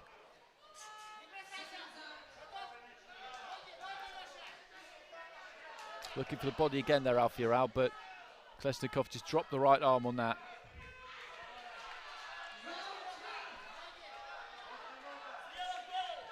Good straight right hand there from Kolesnikov. Bit of size difference between these two. He's not a big light heavyweight, Alfiorau, not by any stretch. Good right hand there from Kolesnikov. That's what he's looking for.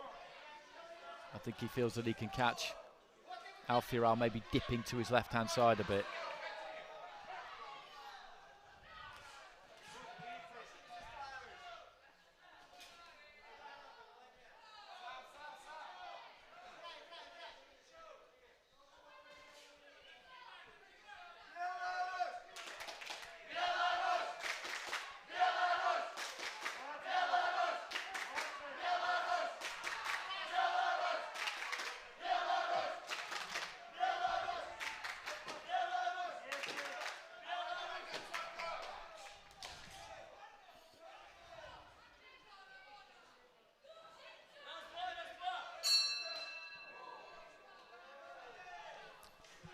So right hand there, just landing from Kolesnikov, right on the bell. Good opening round. Just said, Alfiorau's a clever fighter. Kolesnikov has got a lot of hardware in his trophy cabinet to prove his credentials.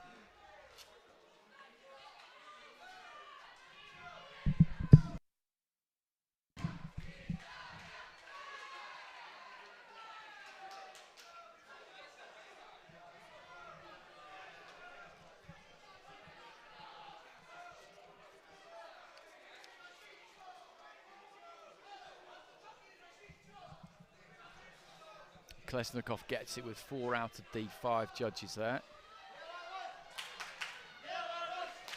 Judge from the Czech Republic going Alfie-Arao's way. Seconds out.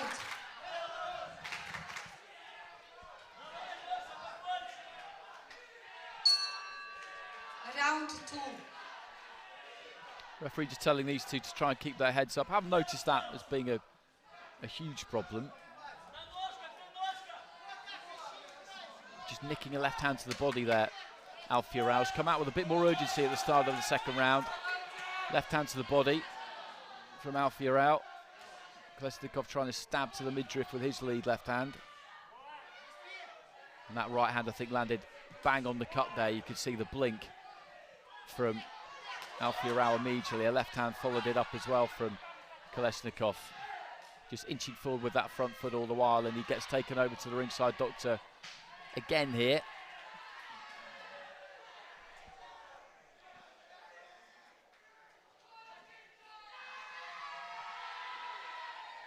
He doesn't seem massively happy, Alfie-Arao, I must admit.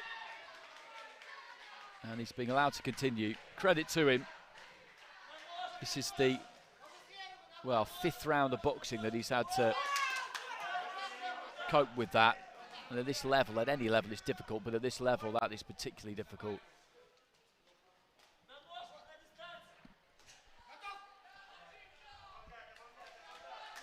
Looking for the uppercut there, Alfie-Arao didn't quite manage to land it. Just got caught with the right hand there as he was pulling out, Alfie-Arao. Kolesnikov's a good fighter. You can't win what he's won, the kinds of medals, without being one. But there's a good kind of balance and rhythm and economy to him as well. He doesn't really waste much. Looking for the body there, Alfie-Arao. A couple of those maybe snuck through, but Kolesnikov had tucked up neatly.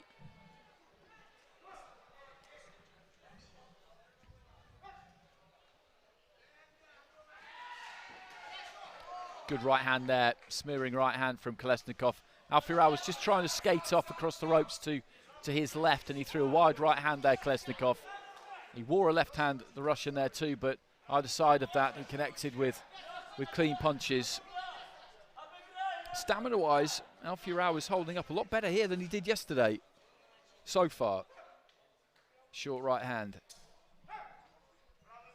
Final stages of round 2. Jab just catches Alfie-Arao there from Kolesnikov too, and maybe he is beginning to find this taking its toll on him.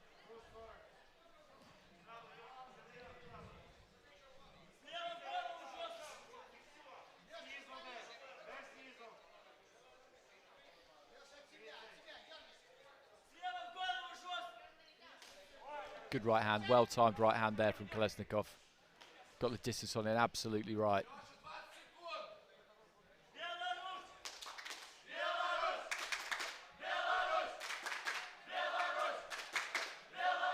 Alfie-Arao's teammates trying to rouse him here. He needs some help, and then the ringside doctor again is called into action here.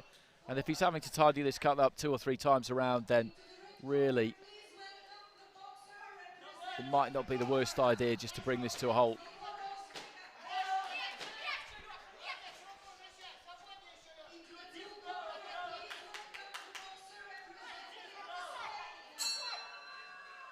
Bell goes to the end of the second round. That was a good round again for Kolesnikov, and just a reminder that there is prize money on offer in this European Under-22s. Bronze medalists guaranteed a $2,000 check if you get through to the gold medal bout. And if you win it, you walk away with $8,000 US. If you finish second, picking up a silver medal, then you get that and a check for $4,000. So that really does add an extra incentive. There was prize money at the Asian Championship, slightly more.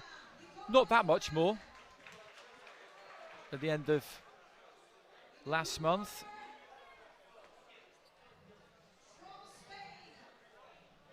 And 10 lines across the board there for Kolesnikov, so he's got that 2-point buffer with 4 out of the 5 judges. And he is on his way into the final unless something unexpected happens in his final 3 minutes.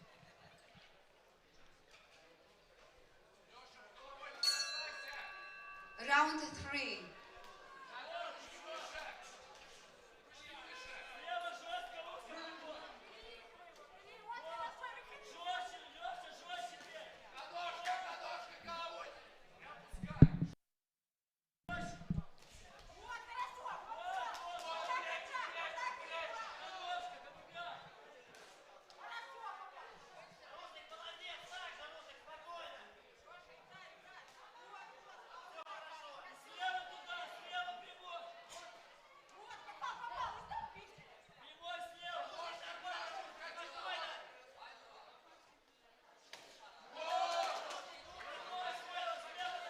Looking for the jab there, Alfiarao. As I said, he's a good, skillful fighter, good to watch. Kolesnikov has just had a bit too much for him all the way through. He's not been outclassed here, the Belarusian. That's not what you would expect. He's the number 4 seed.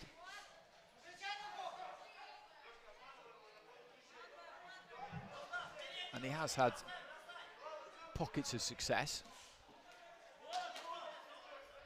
He's been in each of the 2 rounds. He's just not done enough to win either of them.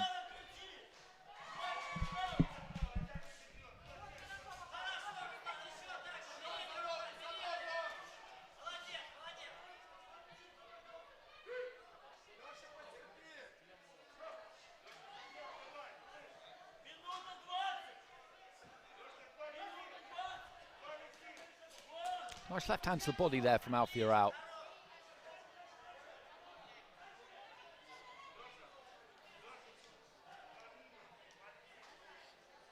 Referee just coming to have a look at what is presumably a little nick on the left eye there of Kolesnikov. Must have been a clash of heads. Doesn't look too bad. Bit of blood just coming from it there on the corner of the left eye, so not in the worst position, but that's absolutely the last thing he would have wanted in this 3rd and final round. You're in control of a fight, and there is quite a bit of blood coming from that cut, and you can just see him blinking a little bit every now and again. I can't get a good enough look at it from here to tell how deep or wide it is, and they do have tomorrow to try and get it healed up. The head's cracking together again there.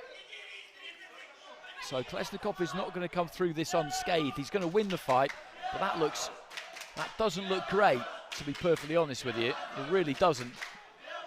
And he's going over to the ringside doctor again. I didn't see the gesture from the referee as to whether it was a head clash. He's saying to the ringside officials there that it was a head clash. So if the doctor does stop it now, which he hasn't, but if he had, then it would have gone to the cards, and Kolesnikov is ahead. If it had been caused by a punch, then that could have been very interesting, because if it had been stopped, then Alfiarao would have won.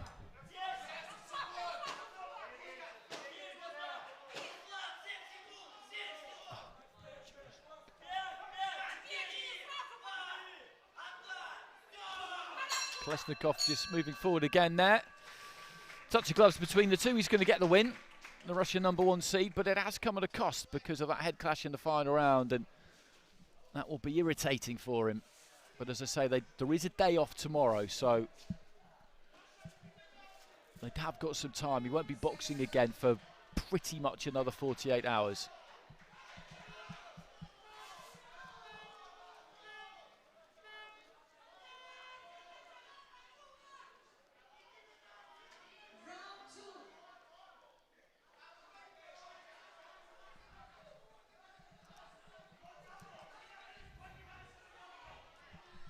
Ladies and gentlemen,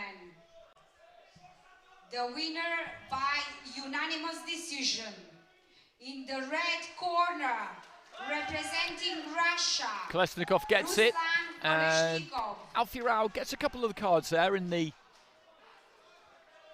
final round, and he picked up one earlier on too, so it's 29-28 with 3 of the judges there, and 30 points to 27 with the other 2. And it's good actually to see Alfiarao get some joy on the cards, because, as I said, he is a good fighter. Kolesnikov just had a bit too much for him there. Now the other semi-final in the light heavyweight division, I'm told, is a walkover. It was due to be between Andrei Kiryakov of Moldova, the number 6 seed, and Hambartum Hakobin of Armenia, who we saw in a really good fight yesterday against Ben Ehes. Kiryakov was in a good one against Nikita Neistat as well. Close fight. Both of them were in close fights, and both came through. I'm not 100% sure which way this walkover is going, which one of the fighters is unable to box, but we will be enlightened shortly.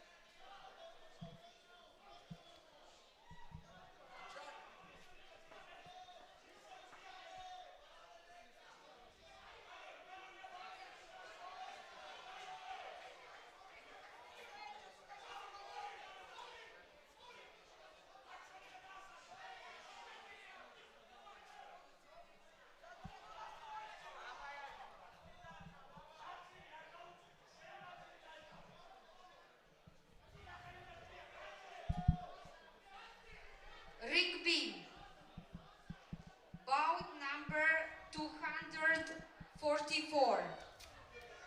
Into the red corner, please welcome the boxer representing Georgia, Jordanian Artyom. Into the blue corner, please welcome the boxer representing Ireland, Marley Jack Michael. Referee Milzarek Slavomir from Poland. Judge 1 from Italy.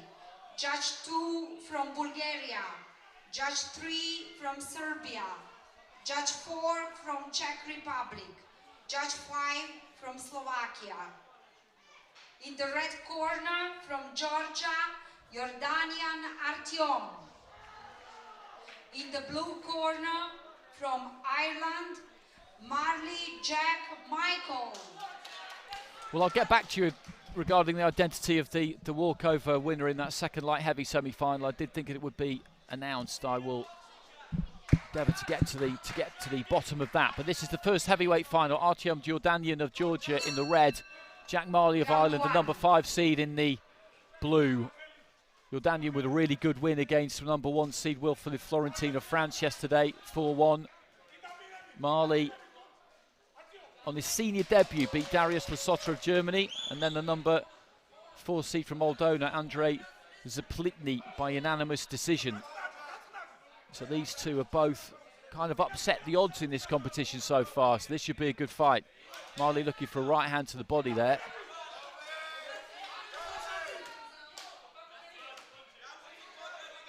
Working to the body fairly effectively so far, the Irishman.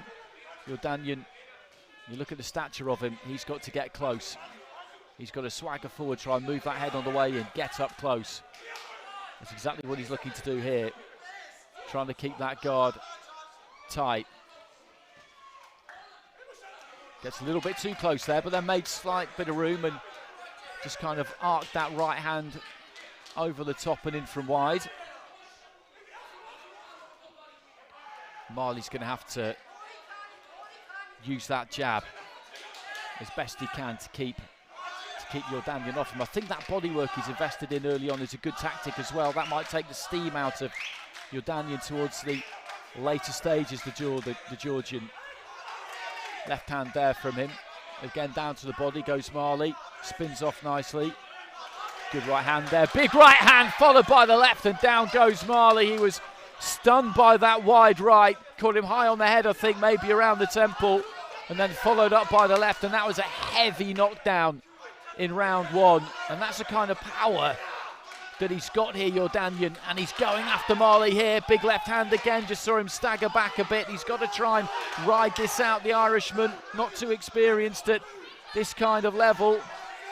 A minute remaining in the round, and he's got to get close, get on top of Jordanian and try and tie him up if he can. Easy for me to say. Big right hand coming in. Didn't go round the back really, that was into the side of the head. Another big right he's looking for there. Jordanian. Marley at times looking to fight fire with fire. I wonder if his head is totally cleared. Heading into the final 30 seconds of the round. A knockdown like that doesn't necessarily mean a 10-8 round, not in AIBA boxing with the way it's scored, but I think that could result in a 10-8 round because that was a heavy knockdown. Good right hand on the inside again there from Jordanian, but Marley, who ships a big right hand there right on the chin, and that's a standing count. He took that well actually, because that landed solidly. You could see the chin just get checked there 100% by Jordanian, and this is a big opening round for the Georgian fighter. Bell goes at the end of it, touch of gloves, and Marley goes back to the corner. Looks steady enough on his feet there to me. It's just a question of how he can come back from that. It was a wide kind of smearing right hand that I thought seemed to catch him quite high on the head. We're not going to get a replay of it, and that just took his balance away, and then the left hand followed it up and dumped him onto his back. There was a long time remaining in the round at that point, and Jordanian really went looking, but when he hit him with that right hand before the start. Well, about 20 seconds to go in the round. He did manage to take it. 10-8 there, though, from 3 out of the 5 judges, and that is absolutely fair enough. I think you've got every justification in scoring that 10-8. So mounted to climb here for Marley. Round 2. But he got through that first round. And as I say, that was no mean feat, because his first fight in this competition, that was his senior debut. He's been training with the Ireland High Performance Squad before they went out for that European qualifier in Paris. So he's got that kind of experience under his belt. But at this level, he is inexperienced. And to come through that first round was a decent effort. Jordanian just pushing him off, always looking to try and open up that space that he needs to just chuck that right hand. You look at the size of him, he's a pretty small heavyweight really. There's a little bit of weight that could go there, just a little bit of a belly that's hanging over that belt line. Obviously too big for 81, but he's got some power on him. He's definitely got some power on him. Minute into round 2, Marley doing okay here. Right hand again there, though, to the body from Jordanian.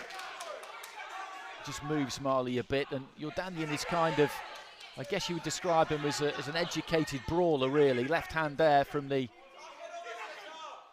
Georgian again.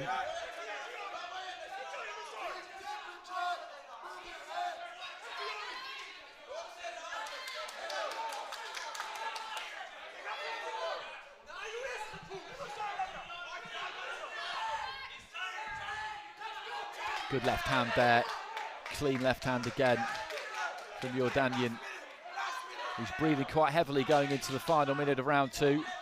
Right to the body there from Marley.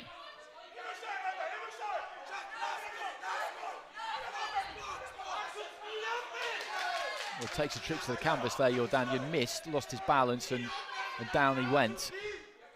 3-10-8 in that first round. Remember, big right hand there from Jordanian, who has had the better of this second round as well, I would say, because the big punches, the eye-catching punches have been landed by him. But Marley goes to the body there with the right hand, looks for the left uppercut. He's been in this second round. He's been in it, definitely. Good right hand there from Marley. Decent finish here for him. Could make things interesting.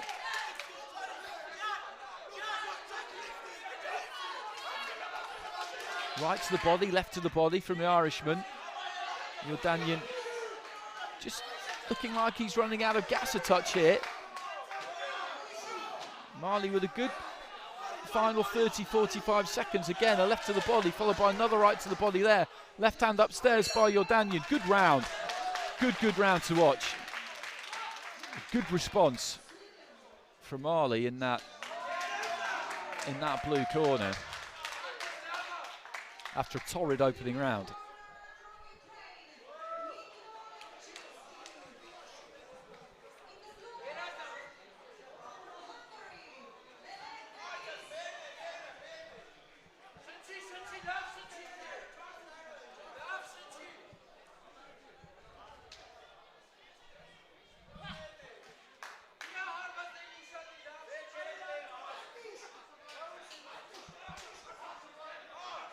So 10-9 there with 4 of the judges for Jordanian. Marley getting it with the Slovakian judge at the bottom there. Jordanian through volume of those first 2 minutes, I would have said would have won that round, but as I've been saying, that's a pretty good response there from Marley. You consider how inexperienced he is and what happened in that opening round. Towards the end of that second round in particular, he was beginning to have some success. Jordanian just dips to his left, throws that big right over the top, and his method remains the same.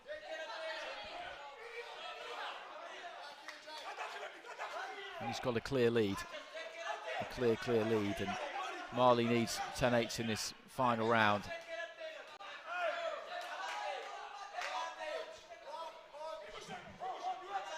Boxes out of Monkstown, BC, and Dublin. Jack Marley.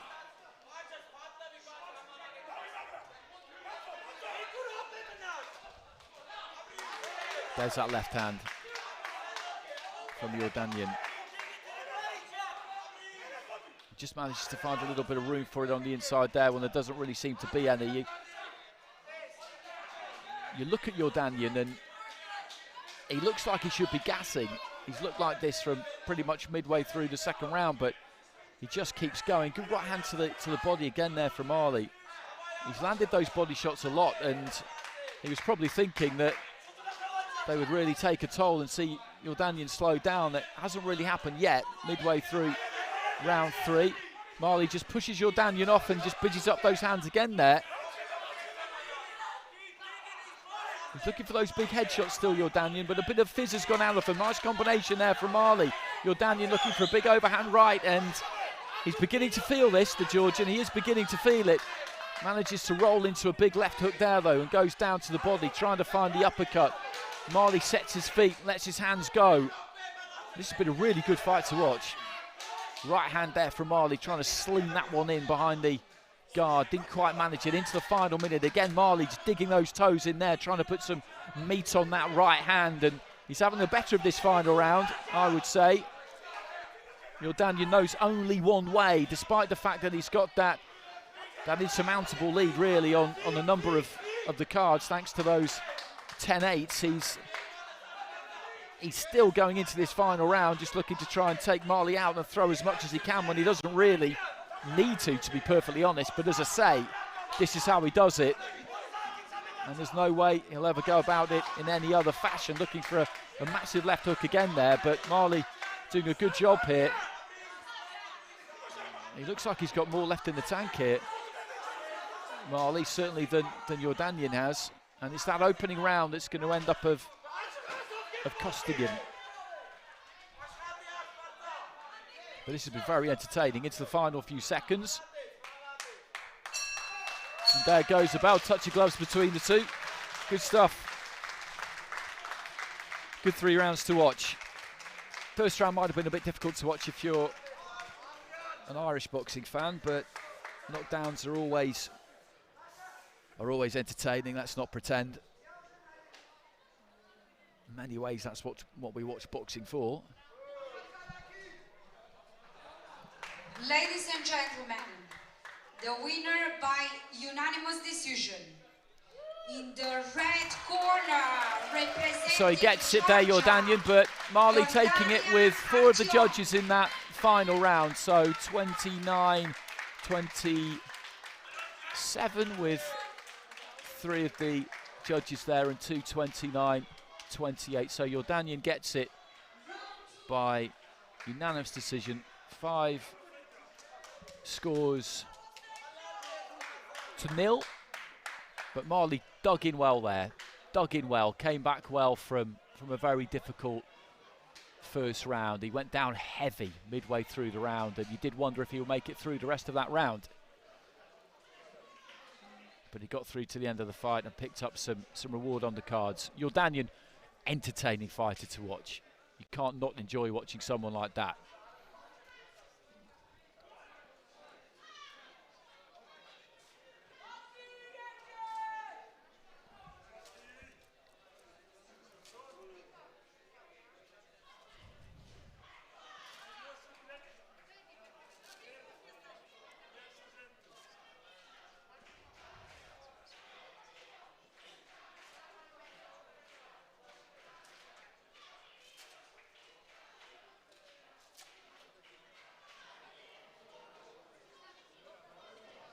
Ring B, bout number 245. Into the red corner, please welcome the boxer representing Poland, Bereznicki Mateusz Piotr. Into the blue corner, please welcome the boxer representing Russia, Uzunian Vladimir. Referee, Hinek Pavel from Czech Republic. Judge 1 from Wales. Judge 2 from France. Judge 3 from Lithuania. Judge 4 from Hungary. Judge 5 from Israel. Into the red corner from Poland, Bereznicki Mateusz Piotr.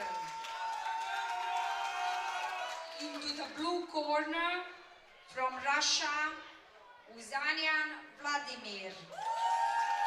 So we've got the number 6 seed from Poland here, Mateusz Bereznicki in the red, up against the number 2 seed from Russia, Vladimir Uzunian in the blue. Bereznicki, really good yesterday, I thought, against David Michalek of Slovakia, the number 3 seed. Strong physical fighter, looked to try and get onto the inside of Bereznicki. Didn't let him do it. Set his feet and let his hands go when he needed to. Showed good movement as well. Uzunian had a fight against Yevgeny Pavlovsky of Ukraine, which he got through by unanimous decision. It was a close fight though. Pavlovsky, I think, would have been justified in feeling slightly aggrieved. It could have gone his way. I thought it could have done. Uzunian also beat Daniel Barakci of Hungary. Bereznicki has also got past Dariusz Wojciechowicz of Lithuania. Bereznicki actually boxes out of Gosport, BC, just outside of Portsmouth, but was training in Poland ahead of this competition. Those two just trading jabs on the inside. Bereznicki, as you can see, has got the height, a little bit of height on Uzunian. Good jab there, though, from Uzunian. Just exploded up with that one.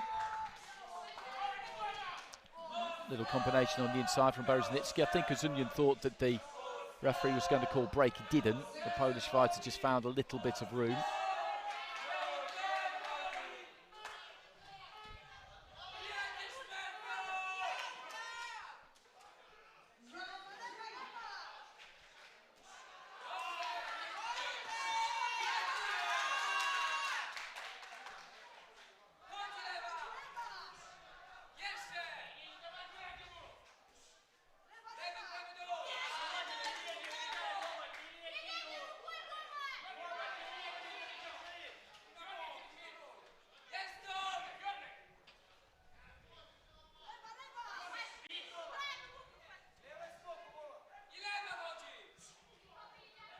Just short with the left hand there, Bereznicki, and again, funnily enough, it's Uzunian who's found a range with his jab a little bit better. Bereznicki has got that slight bit of reach on him. Uzunian's got to step in if he's going to land his jab, but he's doing that, he's committing to it.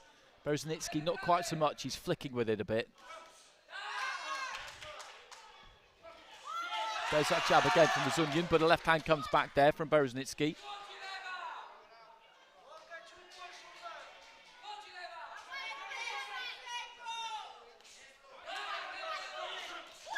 Right hand was decent from Uzunian, but a right hand came back there from Bereznicki as well, and they're kind of matching each other mostly in this opening round. 30 seconds to go.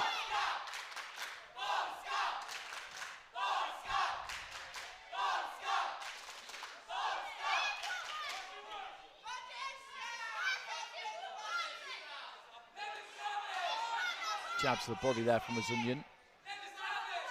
Kind of pulled out on the right hand there, Bereznicki, thought that it was on, but just came off the punch. Weight came a bit forward there, the fighter in red, as he was looking for a kind of reverse 1-2, leading with the right hand, followed by the left. Good opening round, interesting opening round. I thought Uzunian was maybe just a bit more measured of the two. Probably had a slightly higher success rate. Bereznicki was just a little bit flighty in that round at times. Maybe didn't quite settle, but there wasn't much in it, not much in it at all.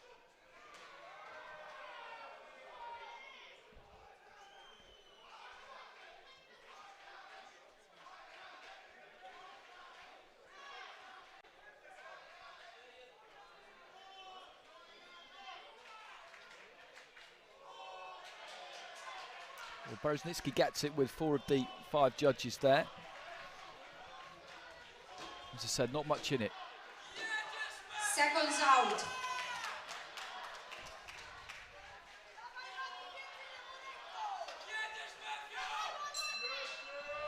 Round 2.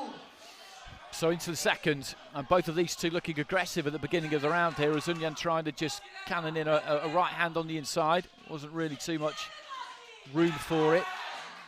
Right to the body there from Ozunyan. He'll know what happened with the scores in that first round. The corner certainly will. And they'll have given in their advice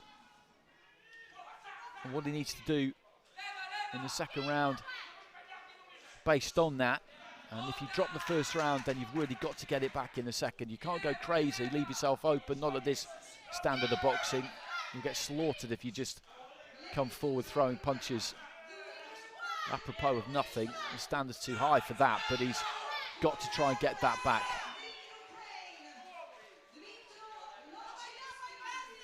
If he doesn't, then the final round becomes a very, very difficult task. Messy in the opening minute so far. Again, Bereznicki just finds a little bit of room there, pushes Ozunyan off. Finishes on the left hand there, the pole as well.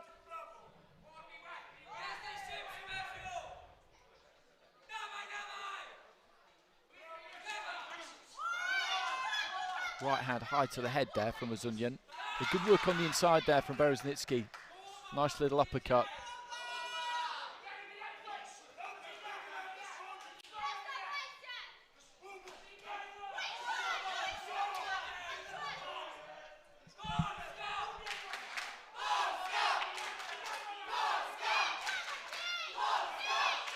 Right hand from Ozunyan as he just tries to trap Bereznicki on the ropes.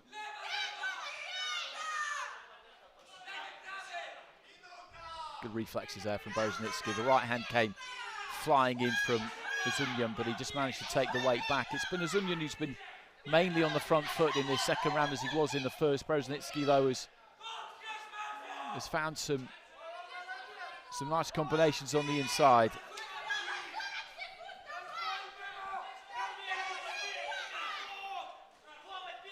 A little bit of frustration there, I think, from Ozunyan possibly as we head towards the final 30 seconds of the round. He's really tried to force it in this second round.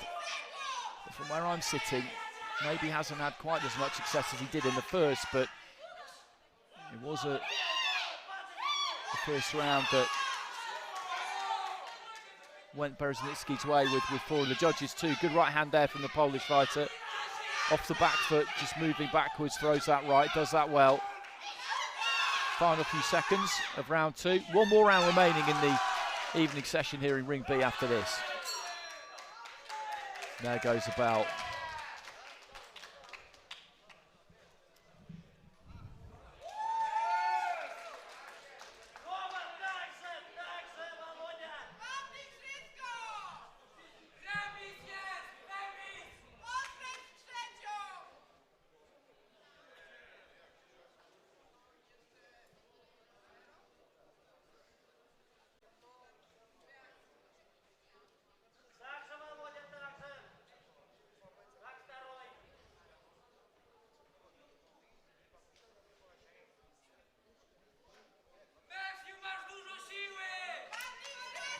Ozunyan gets it across the board there, 10-9s. So that makes it very interesting. A 2-point gap there for Bereznicki with one judge, and 19-19s with all of the other four. I'd have gone the other way with those two rounds. I thought Ozunyan got the better of the first one. Bereznicki maybe got the better of the second, but it's been tight. I don't have any argument with those 19-19s. So it's all set up nicely here.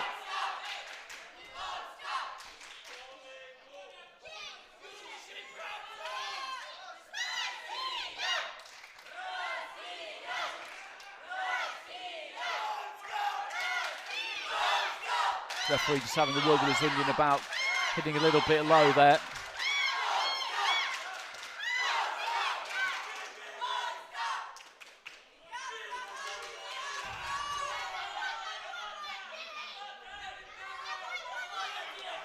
Little short left hand there from Ozunyan, who again is just trying to keep the pressure on here. Bereznicki needs to do more of what he did against Michalak yesterday, which is set his feet and just give it to Ozunyan a little bit more. Ozunyan, though, nice and compact on the inside. Bereznicki does get through with the right hand there, though. He's just giving a bit too much ground here, Bereznicki. It's not a great look in this third and final round. Maybe he's feeling the effects of 2 fights in a couple of days. He's not very experienced at this level.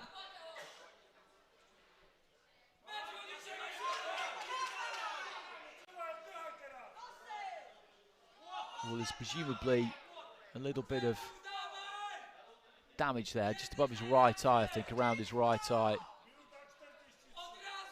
1 minute 43 remaining in the contest. He's going to set his feet a little bit more here, Bereznicki, I think, and just try and give it back to Ozunyan more. Ozunyan is looking like the boss in there in this third round.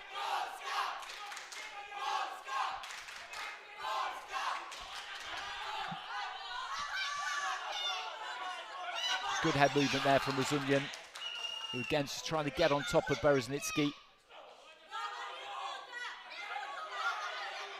A little bit of swelling around the corner of the right eye there in the Polish fighter. I think nothing major, but he's definitely feeling the pace of this one heading into the final minute. Ozunyan, of the two of them, looks like he's got a bit more left. Bereznicki just needs to really dig here, really dig deep. Head's just coming together a little bit there. That was naughty from Bereznicki. That could see a point go. And it does see a point go. And that, I think, is going to be curtains for him, because I've got Ozunyan probably winning this round anyway. 4 scores of 19 apiece. And losing that point, and it's completely his own fault there, Bereznicki, inexperience. He was in front of Ozunyan and he just motioned with the head. He kind of pushed his forehead into Ozunyan's forehead. I'm not sure if any real contact was made, but it was a very deliberate motion. And the referee had absolutely no choice at all other than to take a point away from him there.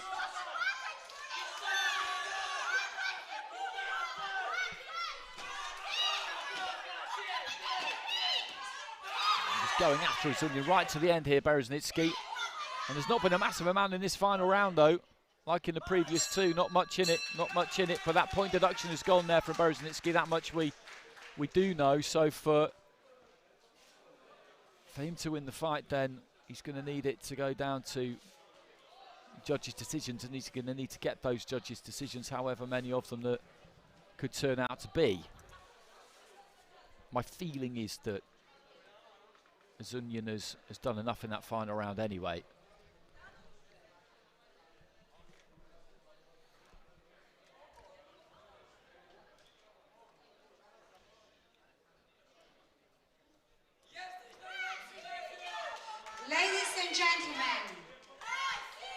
The winner by unanimous decision in the blue corner, representing Russia. And Ozunyan gets it. He swept the board in that third round. Rounds 2, rounds 3 went to him, and the point deduction as well. So in the end, he's won it by quite a comfortable margin. 2 rounds to 1 with 4 of the judges actually, and 3 rounds to 0 with the French judge. So Ozunyan goes through to the heavyweight final, where he will meet Jordanyan, I beg your pardon, and that completes the action in Ring B in the evening session. So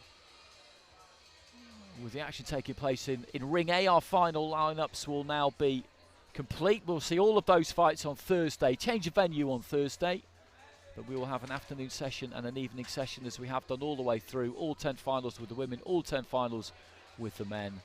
Have a day off tomorrow, everybody, and hopefully we will catch you on Thursday.